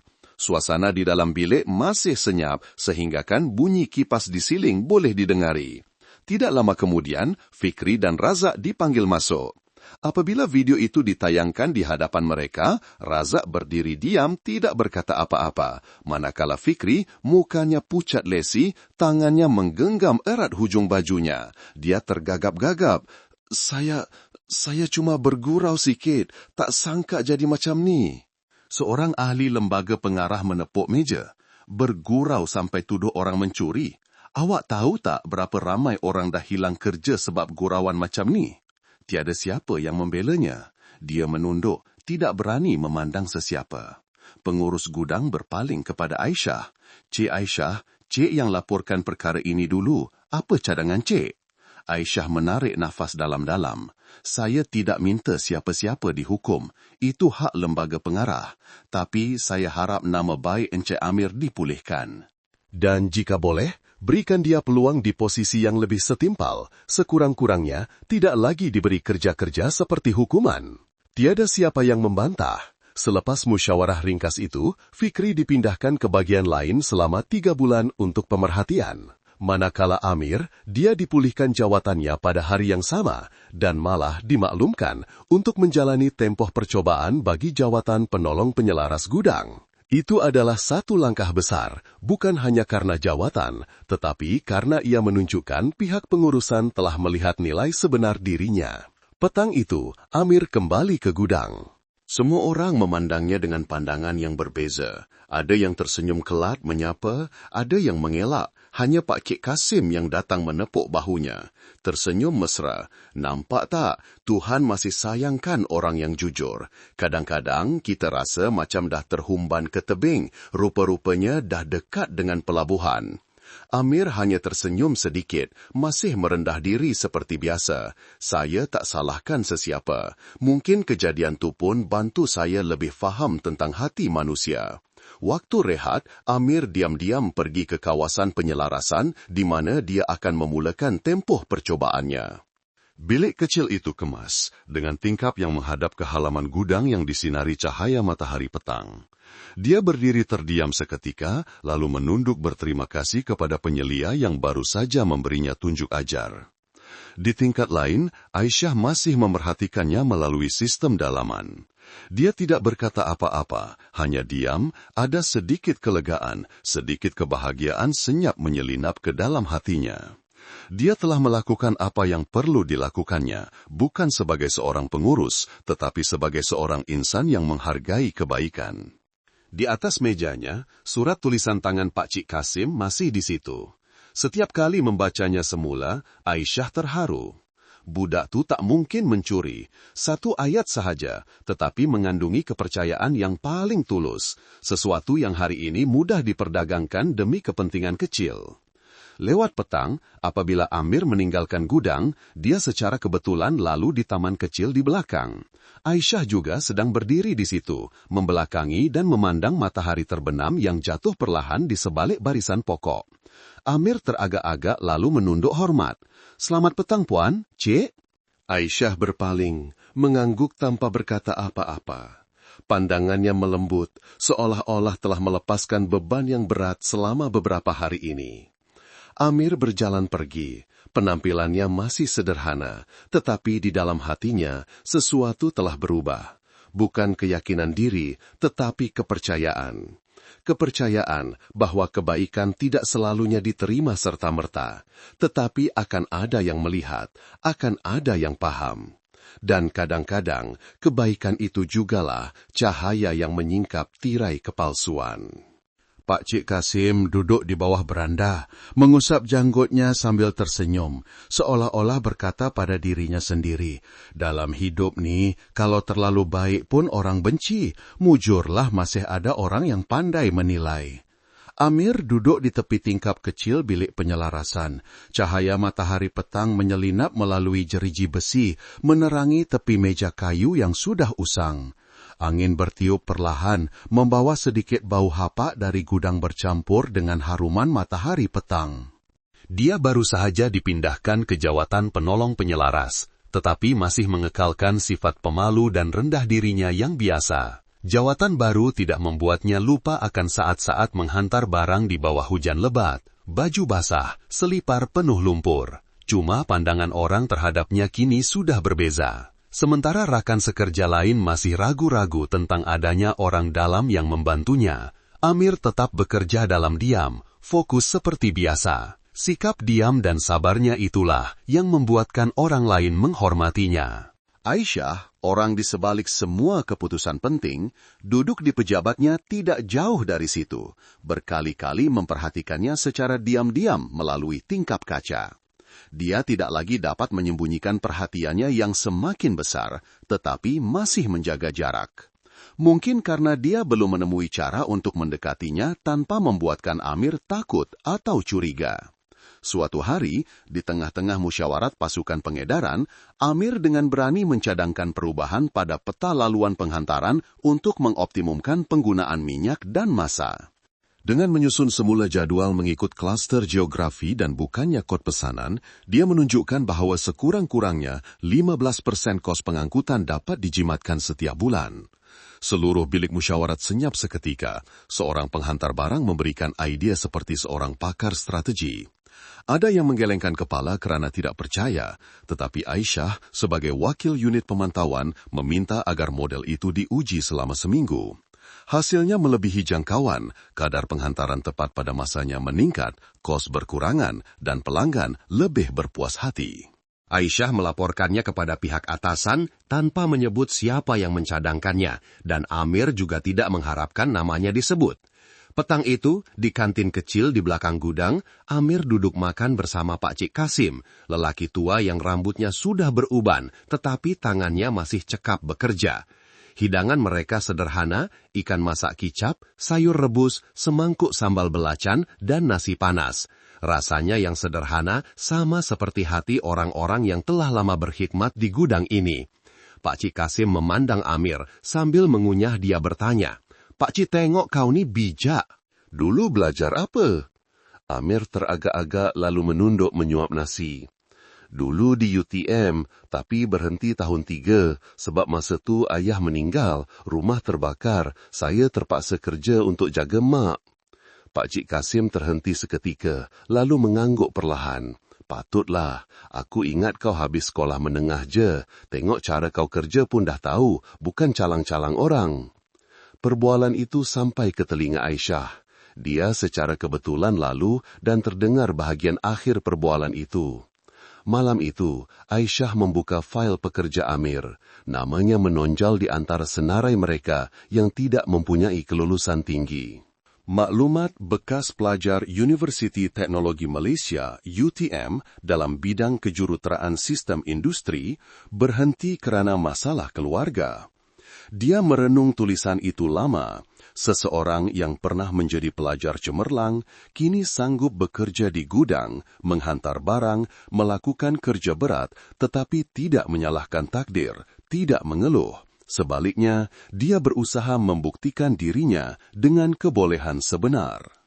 Aisyah perlahan-lahan menggerakkan jarinya di skrin, menyentuh nama Amir bin Abdullah, seolah-olah ingin menyentuh kepribadian sebenar lelaki itu, yang pernah menyelamatkannya dalam hujan, yang pernah menunduk mengutip kotak barang yang sengaja dijatuhkan orang lain. Dia bergumam seolah-olah berkata pada dirinya sendiri, "Kenapa hidup begitu merendah diri?" Walaupun belum pernah berbual panjang dengan Amir sejak sesi temu duga pertama, di dalam hati Aisyah, image-nya telah diam-diam membesar. Seorang lelaki yang tidak perlu kelihatan mewah, tidak perlu status, tetapi membuatkan orang lain menghormatinya kerana hati dan budinya.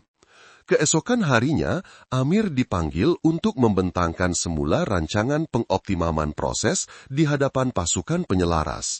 Dia bimbang tetapi tetap membentangkannya dengan jelas, tidak menggunakan kata-kata berbunga, hanya penghiraan mudah dan pemerhatian teliti dari pengalamannya sendiri sebagai penghantar barang. Pengurus gudang mengangguk berulang kali, manakala beberapa orang dalam lembaga pengurusan berbisik, "Budak ni ada wawasan, kalau tak dilatih lagi, rugi." Namun, masih ada pandangan curiga di belakangnya. Beberapa pekerja lama mulai berbisik, tiba-tiba dari budak penghantar jadi penolong. Siapa yang percaya tak ada orang tolong? Tetapi, akhirnya, keberkesanan kerjanya menjadi jawaban yang paling jelas. Tiada siapa lagi yang mempunyai alasan untuk berkata apa-apa. Pada masa yang sama, Aisyah menghantar laporan berkala kepada lembaga pengarah, di mana dia menekankan cadangan untuk melatih Amir mengikut laluan pengembangan bakat dalaman yang berpotensi. Tiada siapa yang tahu, orang di sebalik sokongan kuat untuknya adalah gadis yang pernah jatuh motosikal di tengah hujan tahun itu. Sebelum waktu pulang, Pak Cik Kasim sambil mengemas mejanya berkata kepada Aisyah apabila melihatnya diam-diam memandang ke arah bilik Amir, "Budak tu ada otak, ada hati. Kalau tak naik pangkat, rugi." Aisyah tidak menjawab. Dia hanya mengangguk perlahan. Matanya masih tidak lepas dari bilik kecil dengan lampu kuning dan bayangan seorang lelaki yang sedang tekun menulis laporan. Sebuah impian di dalam gudang yang sederhana tetapi tulus sedang bercambah setiap hari di situ. Pagi itu, cuaca tenang. Suasana di pusat logistik sibuk dengan persiapan untuk seminar dalaman mengenai penambahbaikan proses operasi. Di bawah cahaya lampu kuning malap di dalam dewan, Aisyah dengan kemeja berwarna cerah berjalan perlahan di antara barisan kursi yang tersusun rapi. Dia tidak tahu bahwa hari ini satu lagi kepingan teka-teki dari masa lalu Amir akan muncul secara tidak dijangka. Semasa berbincang dengan pasukan IT mengenai sistem data laluan penghantaran, Aisyah terjumpa seorang wajah yang dikenali, Khairul, bekas rakan sekelasnya semasa di universiti. Wajahnya ceria, badannya kecil tetapi lincah. Khairul tersenyum lebar apabila melihat Aisyah. "Lama tak jumpa, Aisyah," kata Khairul, matanya terkejut dan gembira. Selepas beberapa ayat basa-basi, mereka mula bercakap tentang kerja. Apabila Aisyah menyebut nama Amir dalam perbualan mengenai penilaian bakat berpotensi, Khairlah tiba-tiba berhenti seolah-olah teringat sesuatu. "Amir, maksud kau Amir bin Abdullah, budak yang dulu belajar kat UTM, badan kurus tapi cergas, belajar pandai gila dan ketua kelab inovasi?" tanya Khairul dengan nada teruja. Aisyah terhenti seketika, jantungnya berdegup sedikit. Dia hanya mengangguk, belum berkata apa-apa lagi, matanya tertumpu pada Khairul seolah-olah menantikan pengesahan yang lebih jelas. Khairul bercerita, dulu dia pandai sangat, masuk macam-macam pertandingan, menang anugerah ciptaan peringkat fakulti. Tapi tiba-tiba dia berhenti belajar tengah jalan. Orang cakap macam-macam, tapi lepas tu baru aku tahu, rumah dia terbakar, ayah dia meninggal, mak dia sakit teruk, tak ada duit nak bayar yuran. Aisyah mendengarnya, tangannya tanpa sedar menggenggam cawan air di atas meja. Dia cuba menyembunyikan rasa terharu, tetapi matanya sudah bergenang. Tapi yang istimewanya, sambung Khairul, dia tak pernah mengeluh, tak pernah merungut pasal miskin. Cuma tahu senyum, buat apapun bersungguh-sungguh. Jenis orang yang kita tengok pun rasa hormat. Aisyah kembali ke pejabatnya, membuka komputer, mencari rekod akademik lama dan maklumat pribadi Amir. Grade-gradenya terpapar dengan jelas, semuanya A+. Ada juga beberapa tajuk penyelidikan dalam kelab kejuruteraan pada tahun itu. Dia terdiam. Orang yang pernah duduk menampal kotak barang, berpanas terik menghantar barang, pernah dimarahi di tengah gudang kerana lewat. Rupa-rupanya adalah pelajar cemerlang suatu ketika dahulu. Di antara timbunan laporan, Aisyah meletakkan tangannya di skrin. Cahaya biru malap memantulkan wajahnya yang penuh dengan persoalan. Kenapa orang macam ni sanggup berada di posisi rendah begitu lama? Dia bertanya dalam hati. Makan tengah hari itu, Aisyah lalu di kantin. Terjumpa Pak Cik Kasim sedang makan bersama Amir. Pak Cik itu sambil makan sambil memberi nasihat. "Budak ni ada otak, ada hati. Kalau tak naik pangkat, rugi Cik Aisyah." Kata-kata yang seolah-olah biasa itu seperti menyiram air ke dalam pemikiran Aisyah, membantunya lebih bertekad. Petang itu, apabila kembali ke pejabat, Aisyah menelefon terus ke pejabat lembaga pengarah atasan. Suaranya tenang tetapi tegas. "Saya ingin mencadangkan seorang kaki tangan untuk program latihan kepimpinan muda syarikat. Profilnya akan dihantar petang ini. Saya harap lembaga pengarah dapat mempertimbangkannya." Hujung talian senyap seketika lalu menjawab, "Hantarkan saja, kami percaya pada penilaian Cik." Selepas meletakkan telefon, Aisyah bersandar di kerusi, matanya memandang jauh melalui tingkap kaca. Semua yang diketahuinya tentang Amir kini bukan lagi kebetulan. Ia adalah kekaguman, kepercayaan dan satu perasaan yang tidak bernama. Di dalam hatinya terngiang-ngiang kata-kata Khairul. Amir adalah antara orang yang jarang aku jumpa, yang aku percaya miskin tapi tak pernah merungut miskin. Kisah tentang Amir mula dilihat dari sudut yang berbeza. Bukan lagi sebagai penghantar barang yang baik tetapi naif seperti yang diperkatakan pada mulanya, tetapi sebagai seseorang yang melangkah maju dengan tangan yang kotor, mata yang bersih dan hati yang bersih.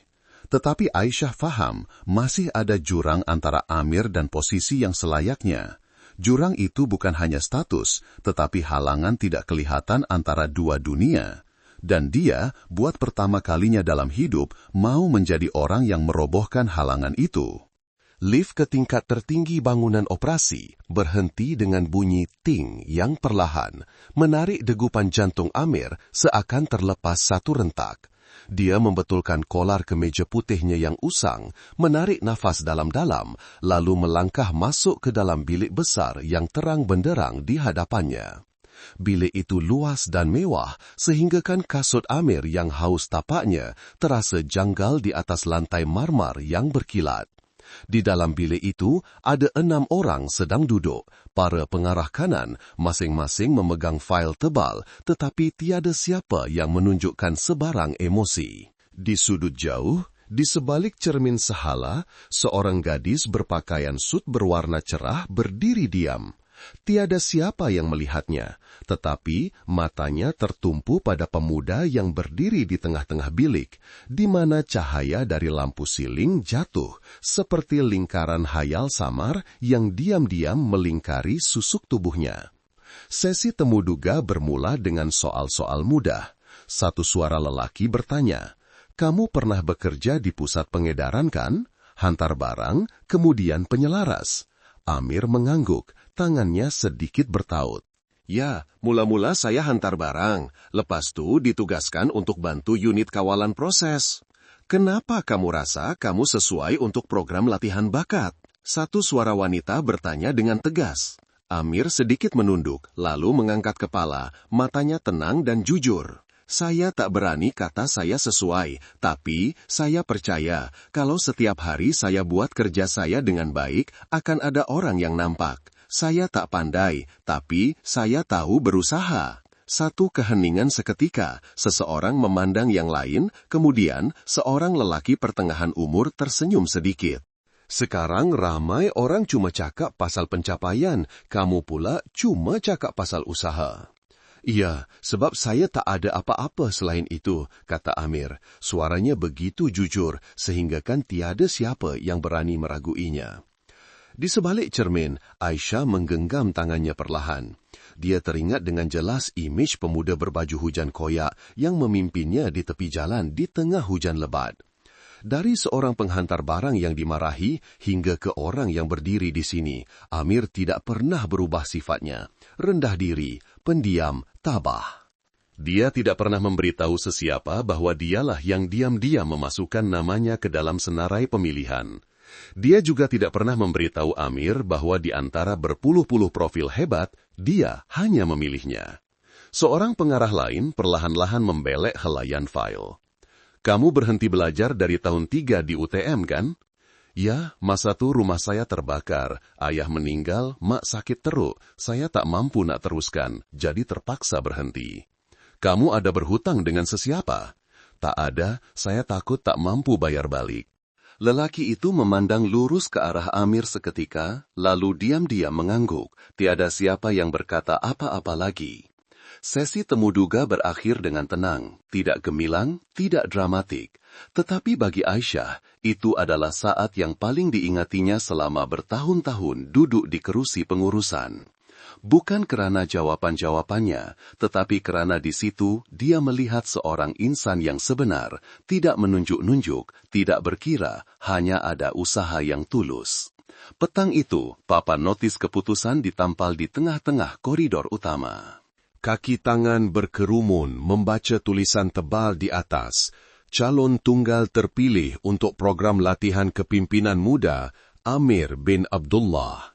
Tiada siapa yang menyangka, tiada siapa yang menduga, seluruh gudang heboh, ada yang gembira, ada yang iri hati, tetapi Amir hanya berdiri diam. Dia tidak bersorak, tidak tergesa-gesa menelpon sesiapa, hanya diam memandang namanya seolah-olah takut ia adalah satu gurauan. Tangannya menggenggam erat tali beg galasnya, manakala jantungnya berdebar-debar, bukan kerana kejayaan, tetapi kerana buat pertama kalinya hari-hari yang sukar seakan-akan disinari sedikit cahaya. Di kejauhan, Aisyah masih memerhati. Dia berdiri tersembunyi di sebalik tiang koridor, tidak mau sesiapa melihat matanya yang bergenang. Setitis air mata jatuh perlahan, lalu cepat-cepat disekanya. Itu bukan hanya rasa terharu, tetapi juga kelegaan kerana kebaikan akhirnya diiktiraf. Dan lelaki itu layak menerimanya lebih daripada sesiapa pun. Malam itu, di bilik sewa yang miskin, Amir membuka semula buku nota lamanya. Helaian kertas yang pudar dakwatnya dipenuhi dengan formula kejuruteraan yang pernah dipelajarinya. Dia menambah satu baris baru. Selagi kita tidak berputus asa, akan ada orang yang tidak akan berputus asa terhadap kita. Dan di luar, angin bertiup perlahan melalui tingkap sempit seperti bisikan lembut dari seseorang yang tidak pernah menampakkan diri. Suatu pagi yang mendung, udara segar seolah-olah baru sahaja membersihkan keletihan hari semalam. Amir kembali ke depot penghantaran lama, tempat dia bermula. Kali ini bukan dengan motosikal usang atau seragam yang lusuh, tetapi dalam peranan sebagai pemeriksa proses. Dia tidak menunjukkan sikap lebih tinggi dari sesiapa, masih dengan penampilan yang sederhana, berjabat tangan dan bertegur sapa dengan rekan-rekan lama. Tanpa disuruh, hati semua orang seakan-akan telah berubah. Mereka memandangnya dengan pandangan hormat, bercampur sedikit kekaguman. Ketika Amir sedang menunduk memeriksa buku log shift pengantaran semalam, seorang wanita tua bertongkat, rambutnya hampir sepenuhnya beruban, melangkah masuk ke halaman gudang. Dia memakai baju kurung kelabu yang sudah pudar, selipar getah lamanya sedikit berlumpur. Beberapa orang di gudang melihatnya dengan heran. Tiada siapa yang mengenalinya, tetapi matanya seperti sedang mencari sesuatu, seolah-olah hatinya memanggil nama seseorang yang telah lama terpendam. "Makcik cari siapa?" Pak Cik Kasim mendekatinya. Tangannya masih kotor dengan minyak. Wanita itu dengan tangan yang menggigil membuka beg tangannya, mengeluarkan sehelai kertas kecil yang sudah renyuk. Di atasnya hanya tertulis sebaris ayat, "Minta jumpa dengan Amir." Pak Cik Kasim membacanya, wajahnya menegang seketika lalu melembut. Dia berpaling dan memanggil dengan kuat, "Amir, ada orang cari kau nih." Amir keluar dari bilik teknikal, sebaik sahaja melihat susuk tubuh kurus wanita tua itu, tangannya masih memegang kertas yang bergetar, jantungnya seakan-akan terhenti. Sepasang mata yang pernah memandangnya dengan penuh kasih sayang ketika dia masih kecil, kini dipenuhi kedutan dan rasa bersalah. Dia tergamam seketika, lalu perlahan-lahan melangkah ke hadapan. Wanita itu mengangkat kepala, matanya bertemu dengan mata Amir. Dia menggigil, mulutnya terkumat kamit. "Amir, mak nih." Sebaik sahaja kata-kata itu diucapkan, kakinya menjadi lemah, hampir rebah jika tidak disambut oleh Amir. Dia memeluk bahu wanita itu, tangannya yang bergetar menggenggam tangan kurus itu. Suasana di seluruh gudang seakan-akan membeku. Semua orang berdiri diam melihat dua beranak itu berpelukan di tengah-tengah halaman yang penuh kenangan. "Mak, ingat, kau benci Mak, sebab tu Mak kak berani balik. Mak minta maaf." Suaranya tersekat-sekat. Amir tidak berkata apa-apa. Dia hanya menggenggam tangan ibunya lebih erat. Air mata panas jatuh di atas rambut ibunya yang beruban. Seketika kemudian, dia berbisik, "Amir sentiasa tunggu Mak balik, setiap hari tunggu. Amir tak pernah salahkan Mak, Mak cuma sesat jalan. Sekarang Mak dah balik, cukuplah." Kata-kata itu tidak perlu dilantangkan, tidak perlu dijelaskan. Semua orang yang berdiri di sekeliling dapat merasakan keampunan yang terkandung dalam setiap perkataan. Suasana dipenuhi dengan perasaan suci yang disangka telah hilang, tetapi rupa-rupanya hanya tidur menanti hari untuk bangkit semula. Aisyah yang berdiri tersembunyi di koridor belakang telah menyaksikan segalanya. Dari saat Amir melangkah keluar sehingga dia memeluk ibunya yang tua, dia tidak mengalihkan pandangannya, hatinya seakan-akan pecah. Sudah berapa lama dia tidak melihat ikatan kekeluargaan yang begitu sempurna. Satu keampunan tanpa memerlukan penjelasan. Satu perasaan yang utuh melalui tahun-tahun kesusahan. Adakah lelaki yang begitu kaya dengan kasih sayang ini mempunyai tempat untukku? Aisyah bertanya dalam diam. Dia tidak tahu dari mana harus bermula untuk melangkah ke dalam dunia lelaki itu. Dunia yang pernah disangkanya lebih rendah, Kini dia merasakan dirinya terlalu kecil. Di dalam gudang, Pak Cik Kasim melihat pemandangan itu. Matanya merah.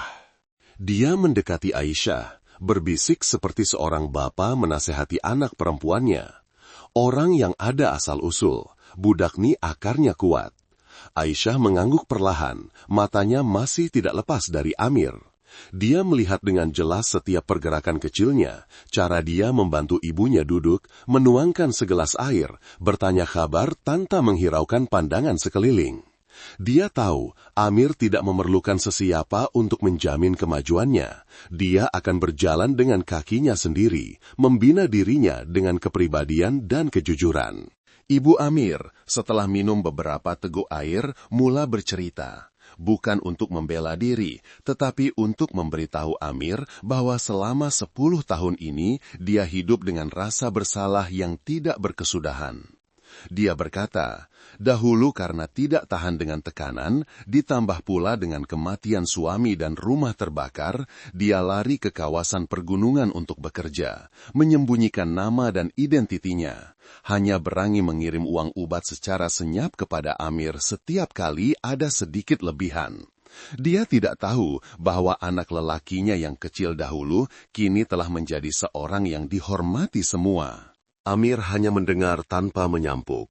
Kadang-kadang dia menggenggam tangan ibunya. Apabila ibunya tersedu-sedu tidak dapat meneruskan, dia tidak menyalahkan, tidak juga menasehati. Dia hanya diam-diam menerima setiap cerita, seperti seorang anak yang perlu mengisi kekosongan di hatinya selama bertahun-tahun. Sebelum meninggalkan gudang, ibunya teragak-agak bertanya, "Boleh mak tinggal dengan Amir? Mak dah tua, tak ada siapa lagi."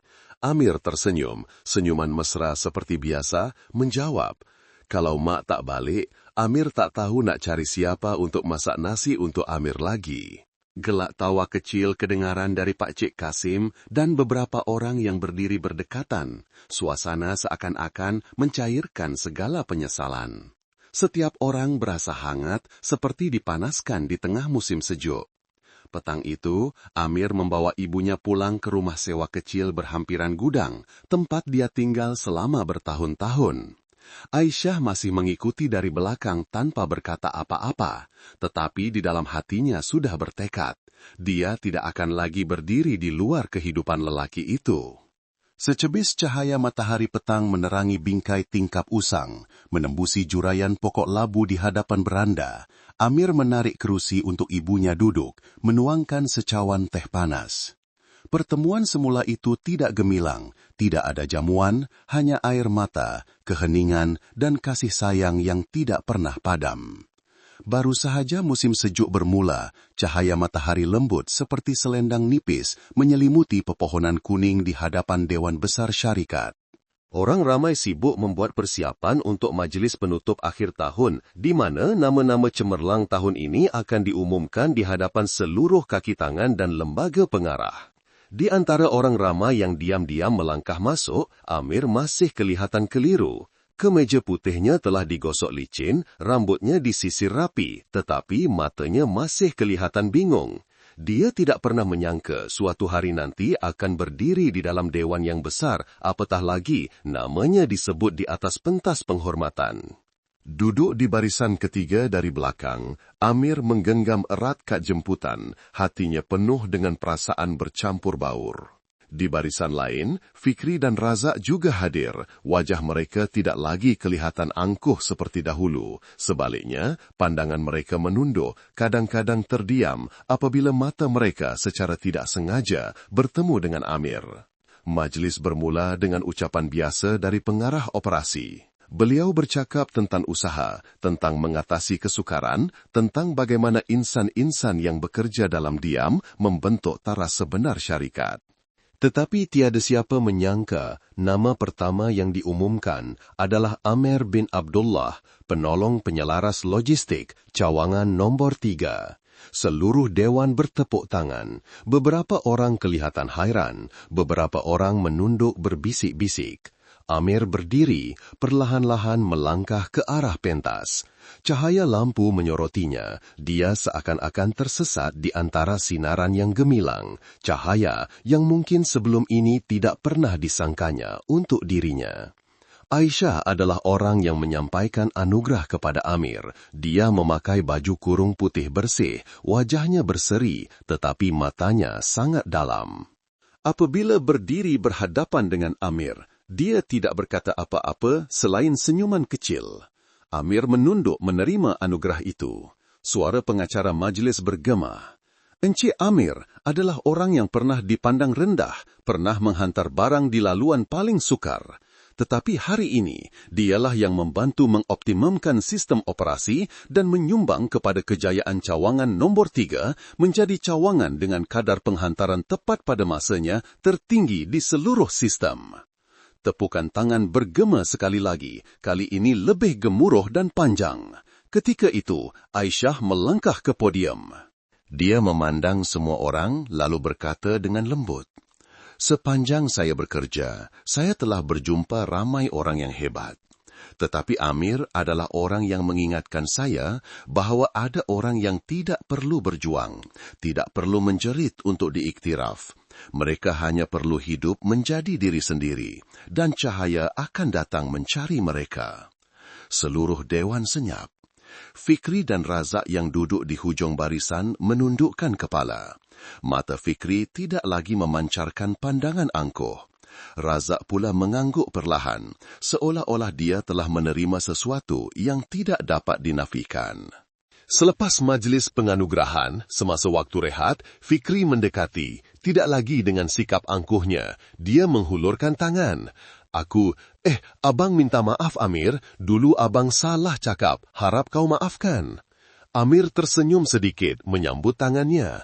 "Semua dah berlalu, bang. Setiap orang ada cara hidup masing-masing. Saya cuma harap dapat buat kerja saya dengan baik." Razak juga mendekati, matanya kelihatan menyesal. "Dulu saya salah sebab tak nampak kebolehan sebenar kau. Teruskan usaha ya." Malam itu, apabila majlis berakhir, Aisyah berjalan perlahan ke lobi. Amir sudah menunggunya. Dia teragak-agak mengucapkan terima kasih untuk segalanya. Aisyah tersenyum lembut. "Kalau nak berterima kasih, jom balik rumah saya makan malam." Amir keliru tetapi mengangguk. Rumah kecil Amir terletak di sebuah lorong yang sunyi.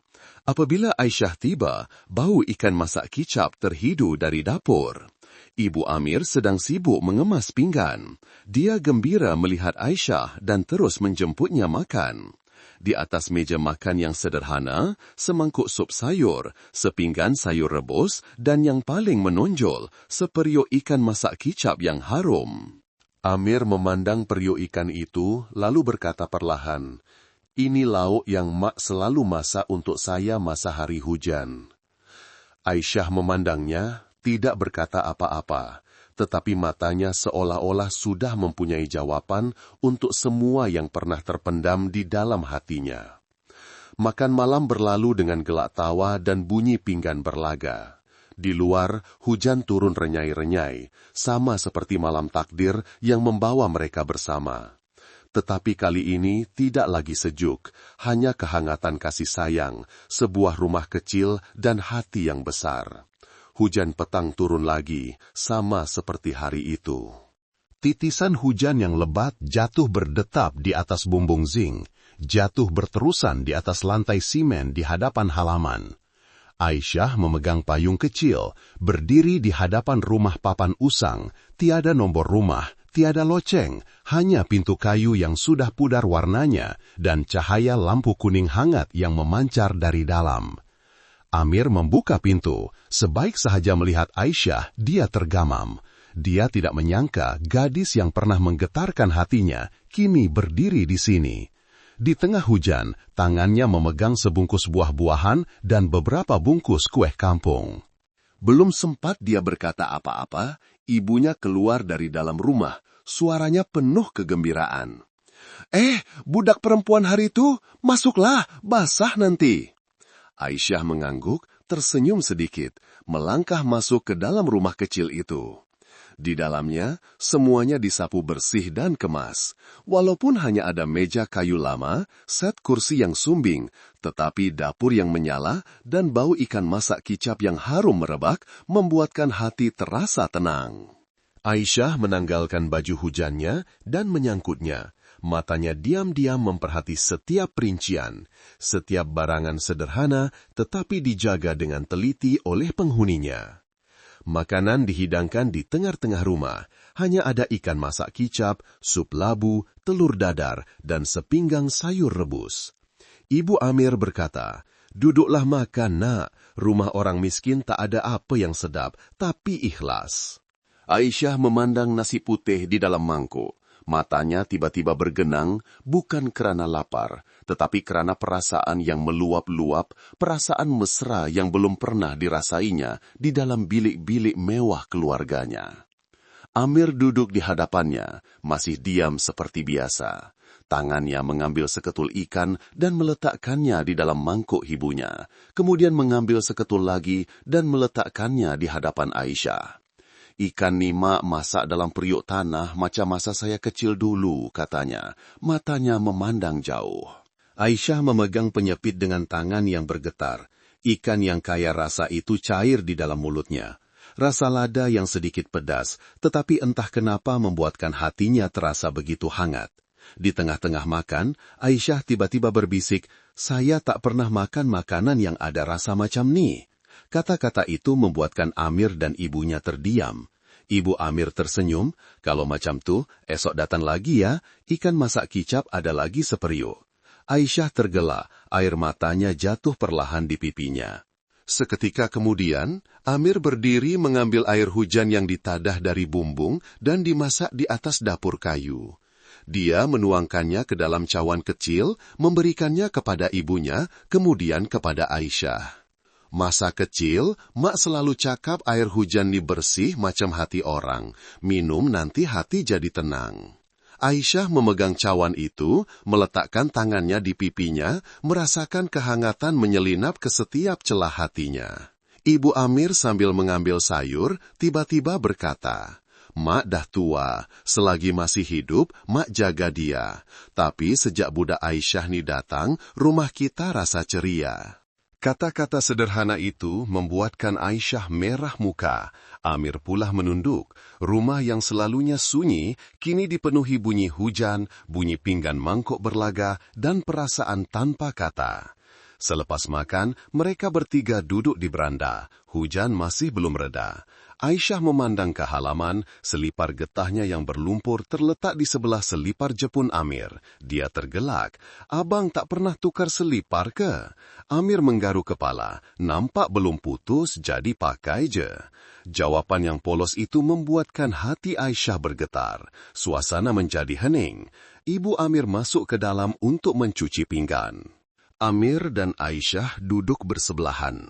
Dia tidak memandangnya, tetapi tangannya diletakkan sangat dekat dengan tangan Aisyah.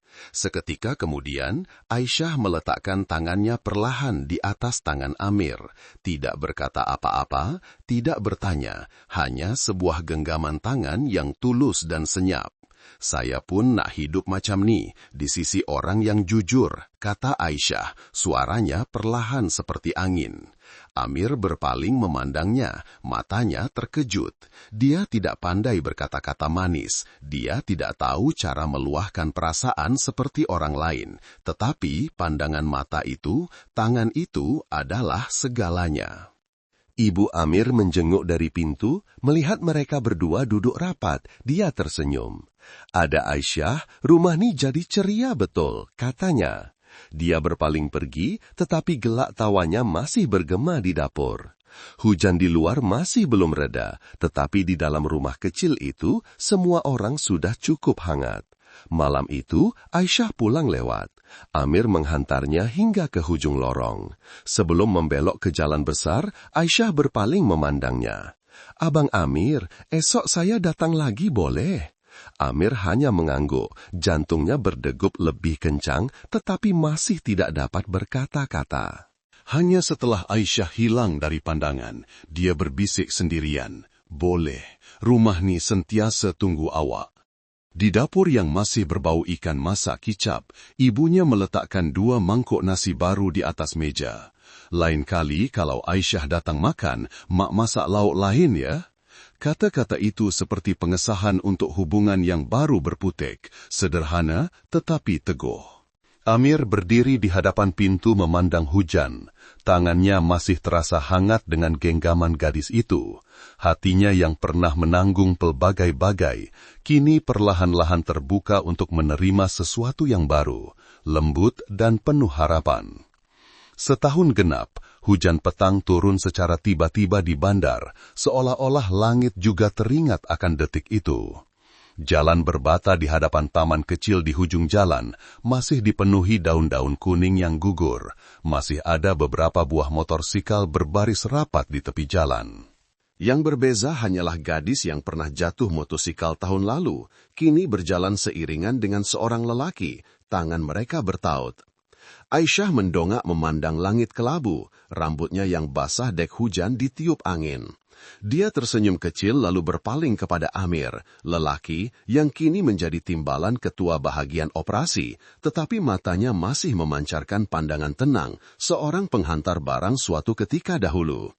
Dulu, saya pikir keadilan itu sesuatu yang sedia ada, tapi rupa-rupanya ia sesuatu yang kita kena semai setiap hari. Amir tidak menjawab serta-merta.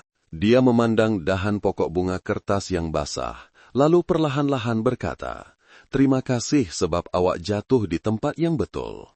Kata-kata yang seakan-akan gurauan, tetapi matanya bersinar dalam, mengandungi pelbagai lapisan emosi. Hujan masih turun, tidak tergesa-gesa, tidak juga lebat.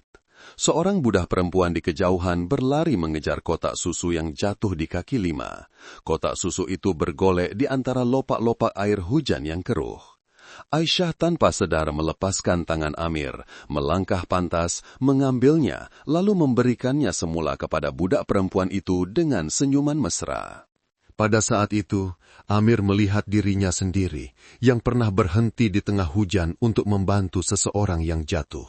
Tetapi kini, orang yang dicintainya pula yang menunduk. Angin bertiup perlahan, cahaya lampu jalan menerangi wajah Aisyah, membuatkan Amir terharu. Dia memasukkan tangan ke dalam poket, mengeluarkan sebuah kotak kecil yang dibalut dengan surat kabar lama. Tiada cincin, tiada bunga, tiada musik latar romantis seperti dalam film. Hanya sehelai sapu tangan yang disulam teliti, kasar tetapi penuh makna. "Abang tak tahu nak panggil ni apa?" Amir teragak-agak. "Cuma hadiah kecil untuk orang yang pernah buat abang basah, tapi juga orang yang buat hati abang hangat." Aisyah membuka kotak itu, melihat sapu tangan dengan tulisan kecil bersulam tangan.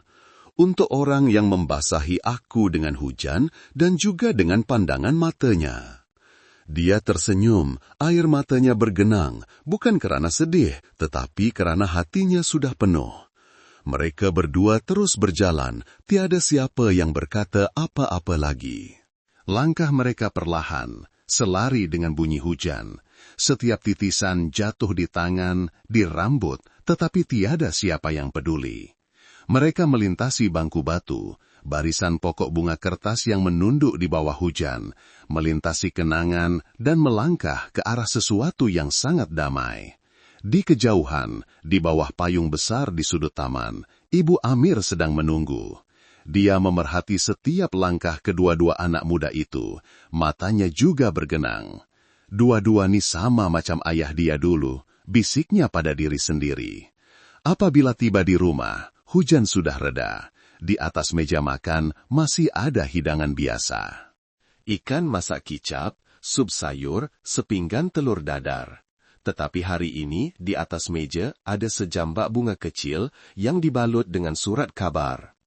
Aisyah masuk, menunduk hormat kepada Ibu Amir, lalu membantu mengemas pinggan mangkuk. Ibu Amir tersenyum, berbisik, "Mak tak ada apa yang berharga, cuma harap kamu sayangkan si Amir ni betul-betul."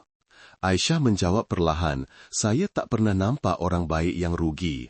Sayangkan orang adalah cara kita disayangi semula." Kata-kata itu menyentuh hati Ibu Amir. Dia menggenggam tangan Aisyah dengan erat. makan malam berlangsung dengan mesra. Selepas makan, mereka bertiga duduk di beranda memandang ke halaman. Langit masih renyai-renyai, tetapi cahaya bulan di sebalik awan sudah mula kelihatan. Aisyah mengeluarkan sapu tangan itu, menekapnya di pipi. Amir menyapu rambut basah yang melekat di dahinya. Tanpa kata-kata, semua perasaan sudah jelas. Seketika kemudian, Aisyah berdiri untuk pulang. Amir menghantarnya ke hujung lorong. Di jalan, mereka berdua berjalan perlahan. Aisyah berkata, "Abang Amir, saya tak tahu esok macam mana. Tapi saya tahu, kalau boleh kembali ke saat saya jatuh hari itu, saya tetap harap saya jatuh di tempat abang." Amir berpaling, matanya lembut. "Dan abang, kalau boleh pilih semula, abang tetap akan lewatkan penghantaran hari itu, hanya untuk dapat peluang lindungi awak dari hujan sekali lagi." Aisyah tersenyum, menyandarkan kepalanya di bahu Amir.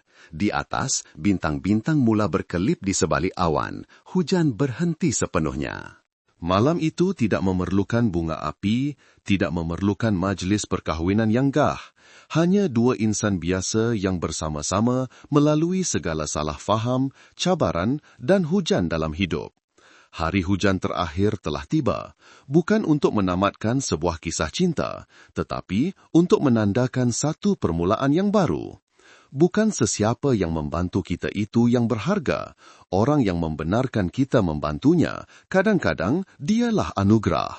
Saya pernah dengar satu pepatah, perkara-perkara kecil yang kita lakukan hari ini, kadang-kadang adalah benih yang akan bercambah menjadi kehidupan kita di masa hadapan. Dan memang benar, satu tindakan baik di tengah hujan, tanpa perhitungan, tanpa mengharapkan balasan, telah menjadi titik perubahan yang mengubah seluruh takdir. Kisah Amir bukan hanya perjalanan dari kemiskinan ke kejayaan, tetapi juga bukti bahwa kebaikan tidak pernah sia-sia. Hidup dengan baik mungkin membuatkan Anda disalah faham, dipandang rendah, malah ditindas. Tetapi akhirnya, masa akan membalas segalanya dengan kepercayaan, penghormatan, dan perkara-perkara yang tidak Anda jangkakan. Saya menceritakan semula kisah ini bukan untuk mengindahkan kehidupan, tetapi untuk memberitahu Anda bahwa setiap dari kita, tidak kira di mana kedudukan kita, berhak untuk percaya pada cahaya dalam diri kita sendiri. Walaupun dipandang remeh, jangan sekali-kali lepaskan kebaikan. Apa pendapat Anda tentang hal ini? Pernahkah Anda membantu seseorang tanpa mengharapkan balasan? Atau Anda sendiri pernah menerima kebaikan yang tidak dijangka dari orang yang tidak dikenali? Kongsilah cerita Anda di ruangan komen, mana tahu ia boleh memberi inspirasi kepada orang lain. Jika cerita ini menyentuh hati Anda, silakan tinggalkan komen nomor 1. Anda sedang menonton video ini dari negeri mana? Type nama tempat tinggal Anda agar kita dapat saling bertegur sapa. Dan jika Anda ingin mendengar lebih banyak cerita yang tulus dan mengharukan seperti ini, jangan lupa untuk melanggan saluran ini. Hidupkan loceng agar tidak terlepas video-video seterusnya. Terima kasih kerana setia hingga ke akhir. Jumpa lagi di cerita seterusnya. Hai semua, korang tengah tonton dari mana tu? Cuba komen sikit dekat bawah. Jadi, apa pendapat korang tentang cerita yang saya kongsikan tadi? Best tak? Saya harap korang terhibur ya. Apapun, saya doakan semoga Anda semua sentiasa sehat, selamat, dan sentiasa berada dalam keadaan yang baik-baik sahaja. Semoga kita semua dilindungi selalu. Oh ya, kalau korang pun ada cerita menarik atau pengalaman sendiri yang nak dikongsikan, jangan segan-segan untuk tinggalkan di ruangan komen. Mana tahu cerita Anda pula yang akan jadi inspirasi untuk semua orang. Jom kita kongsi bersama.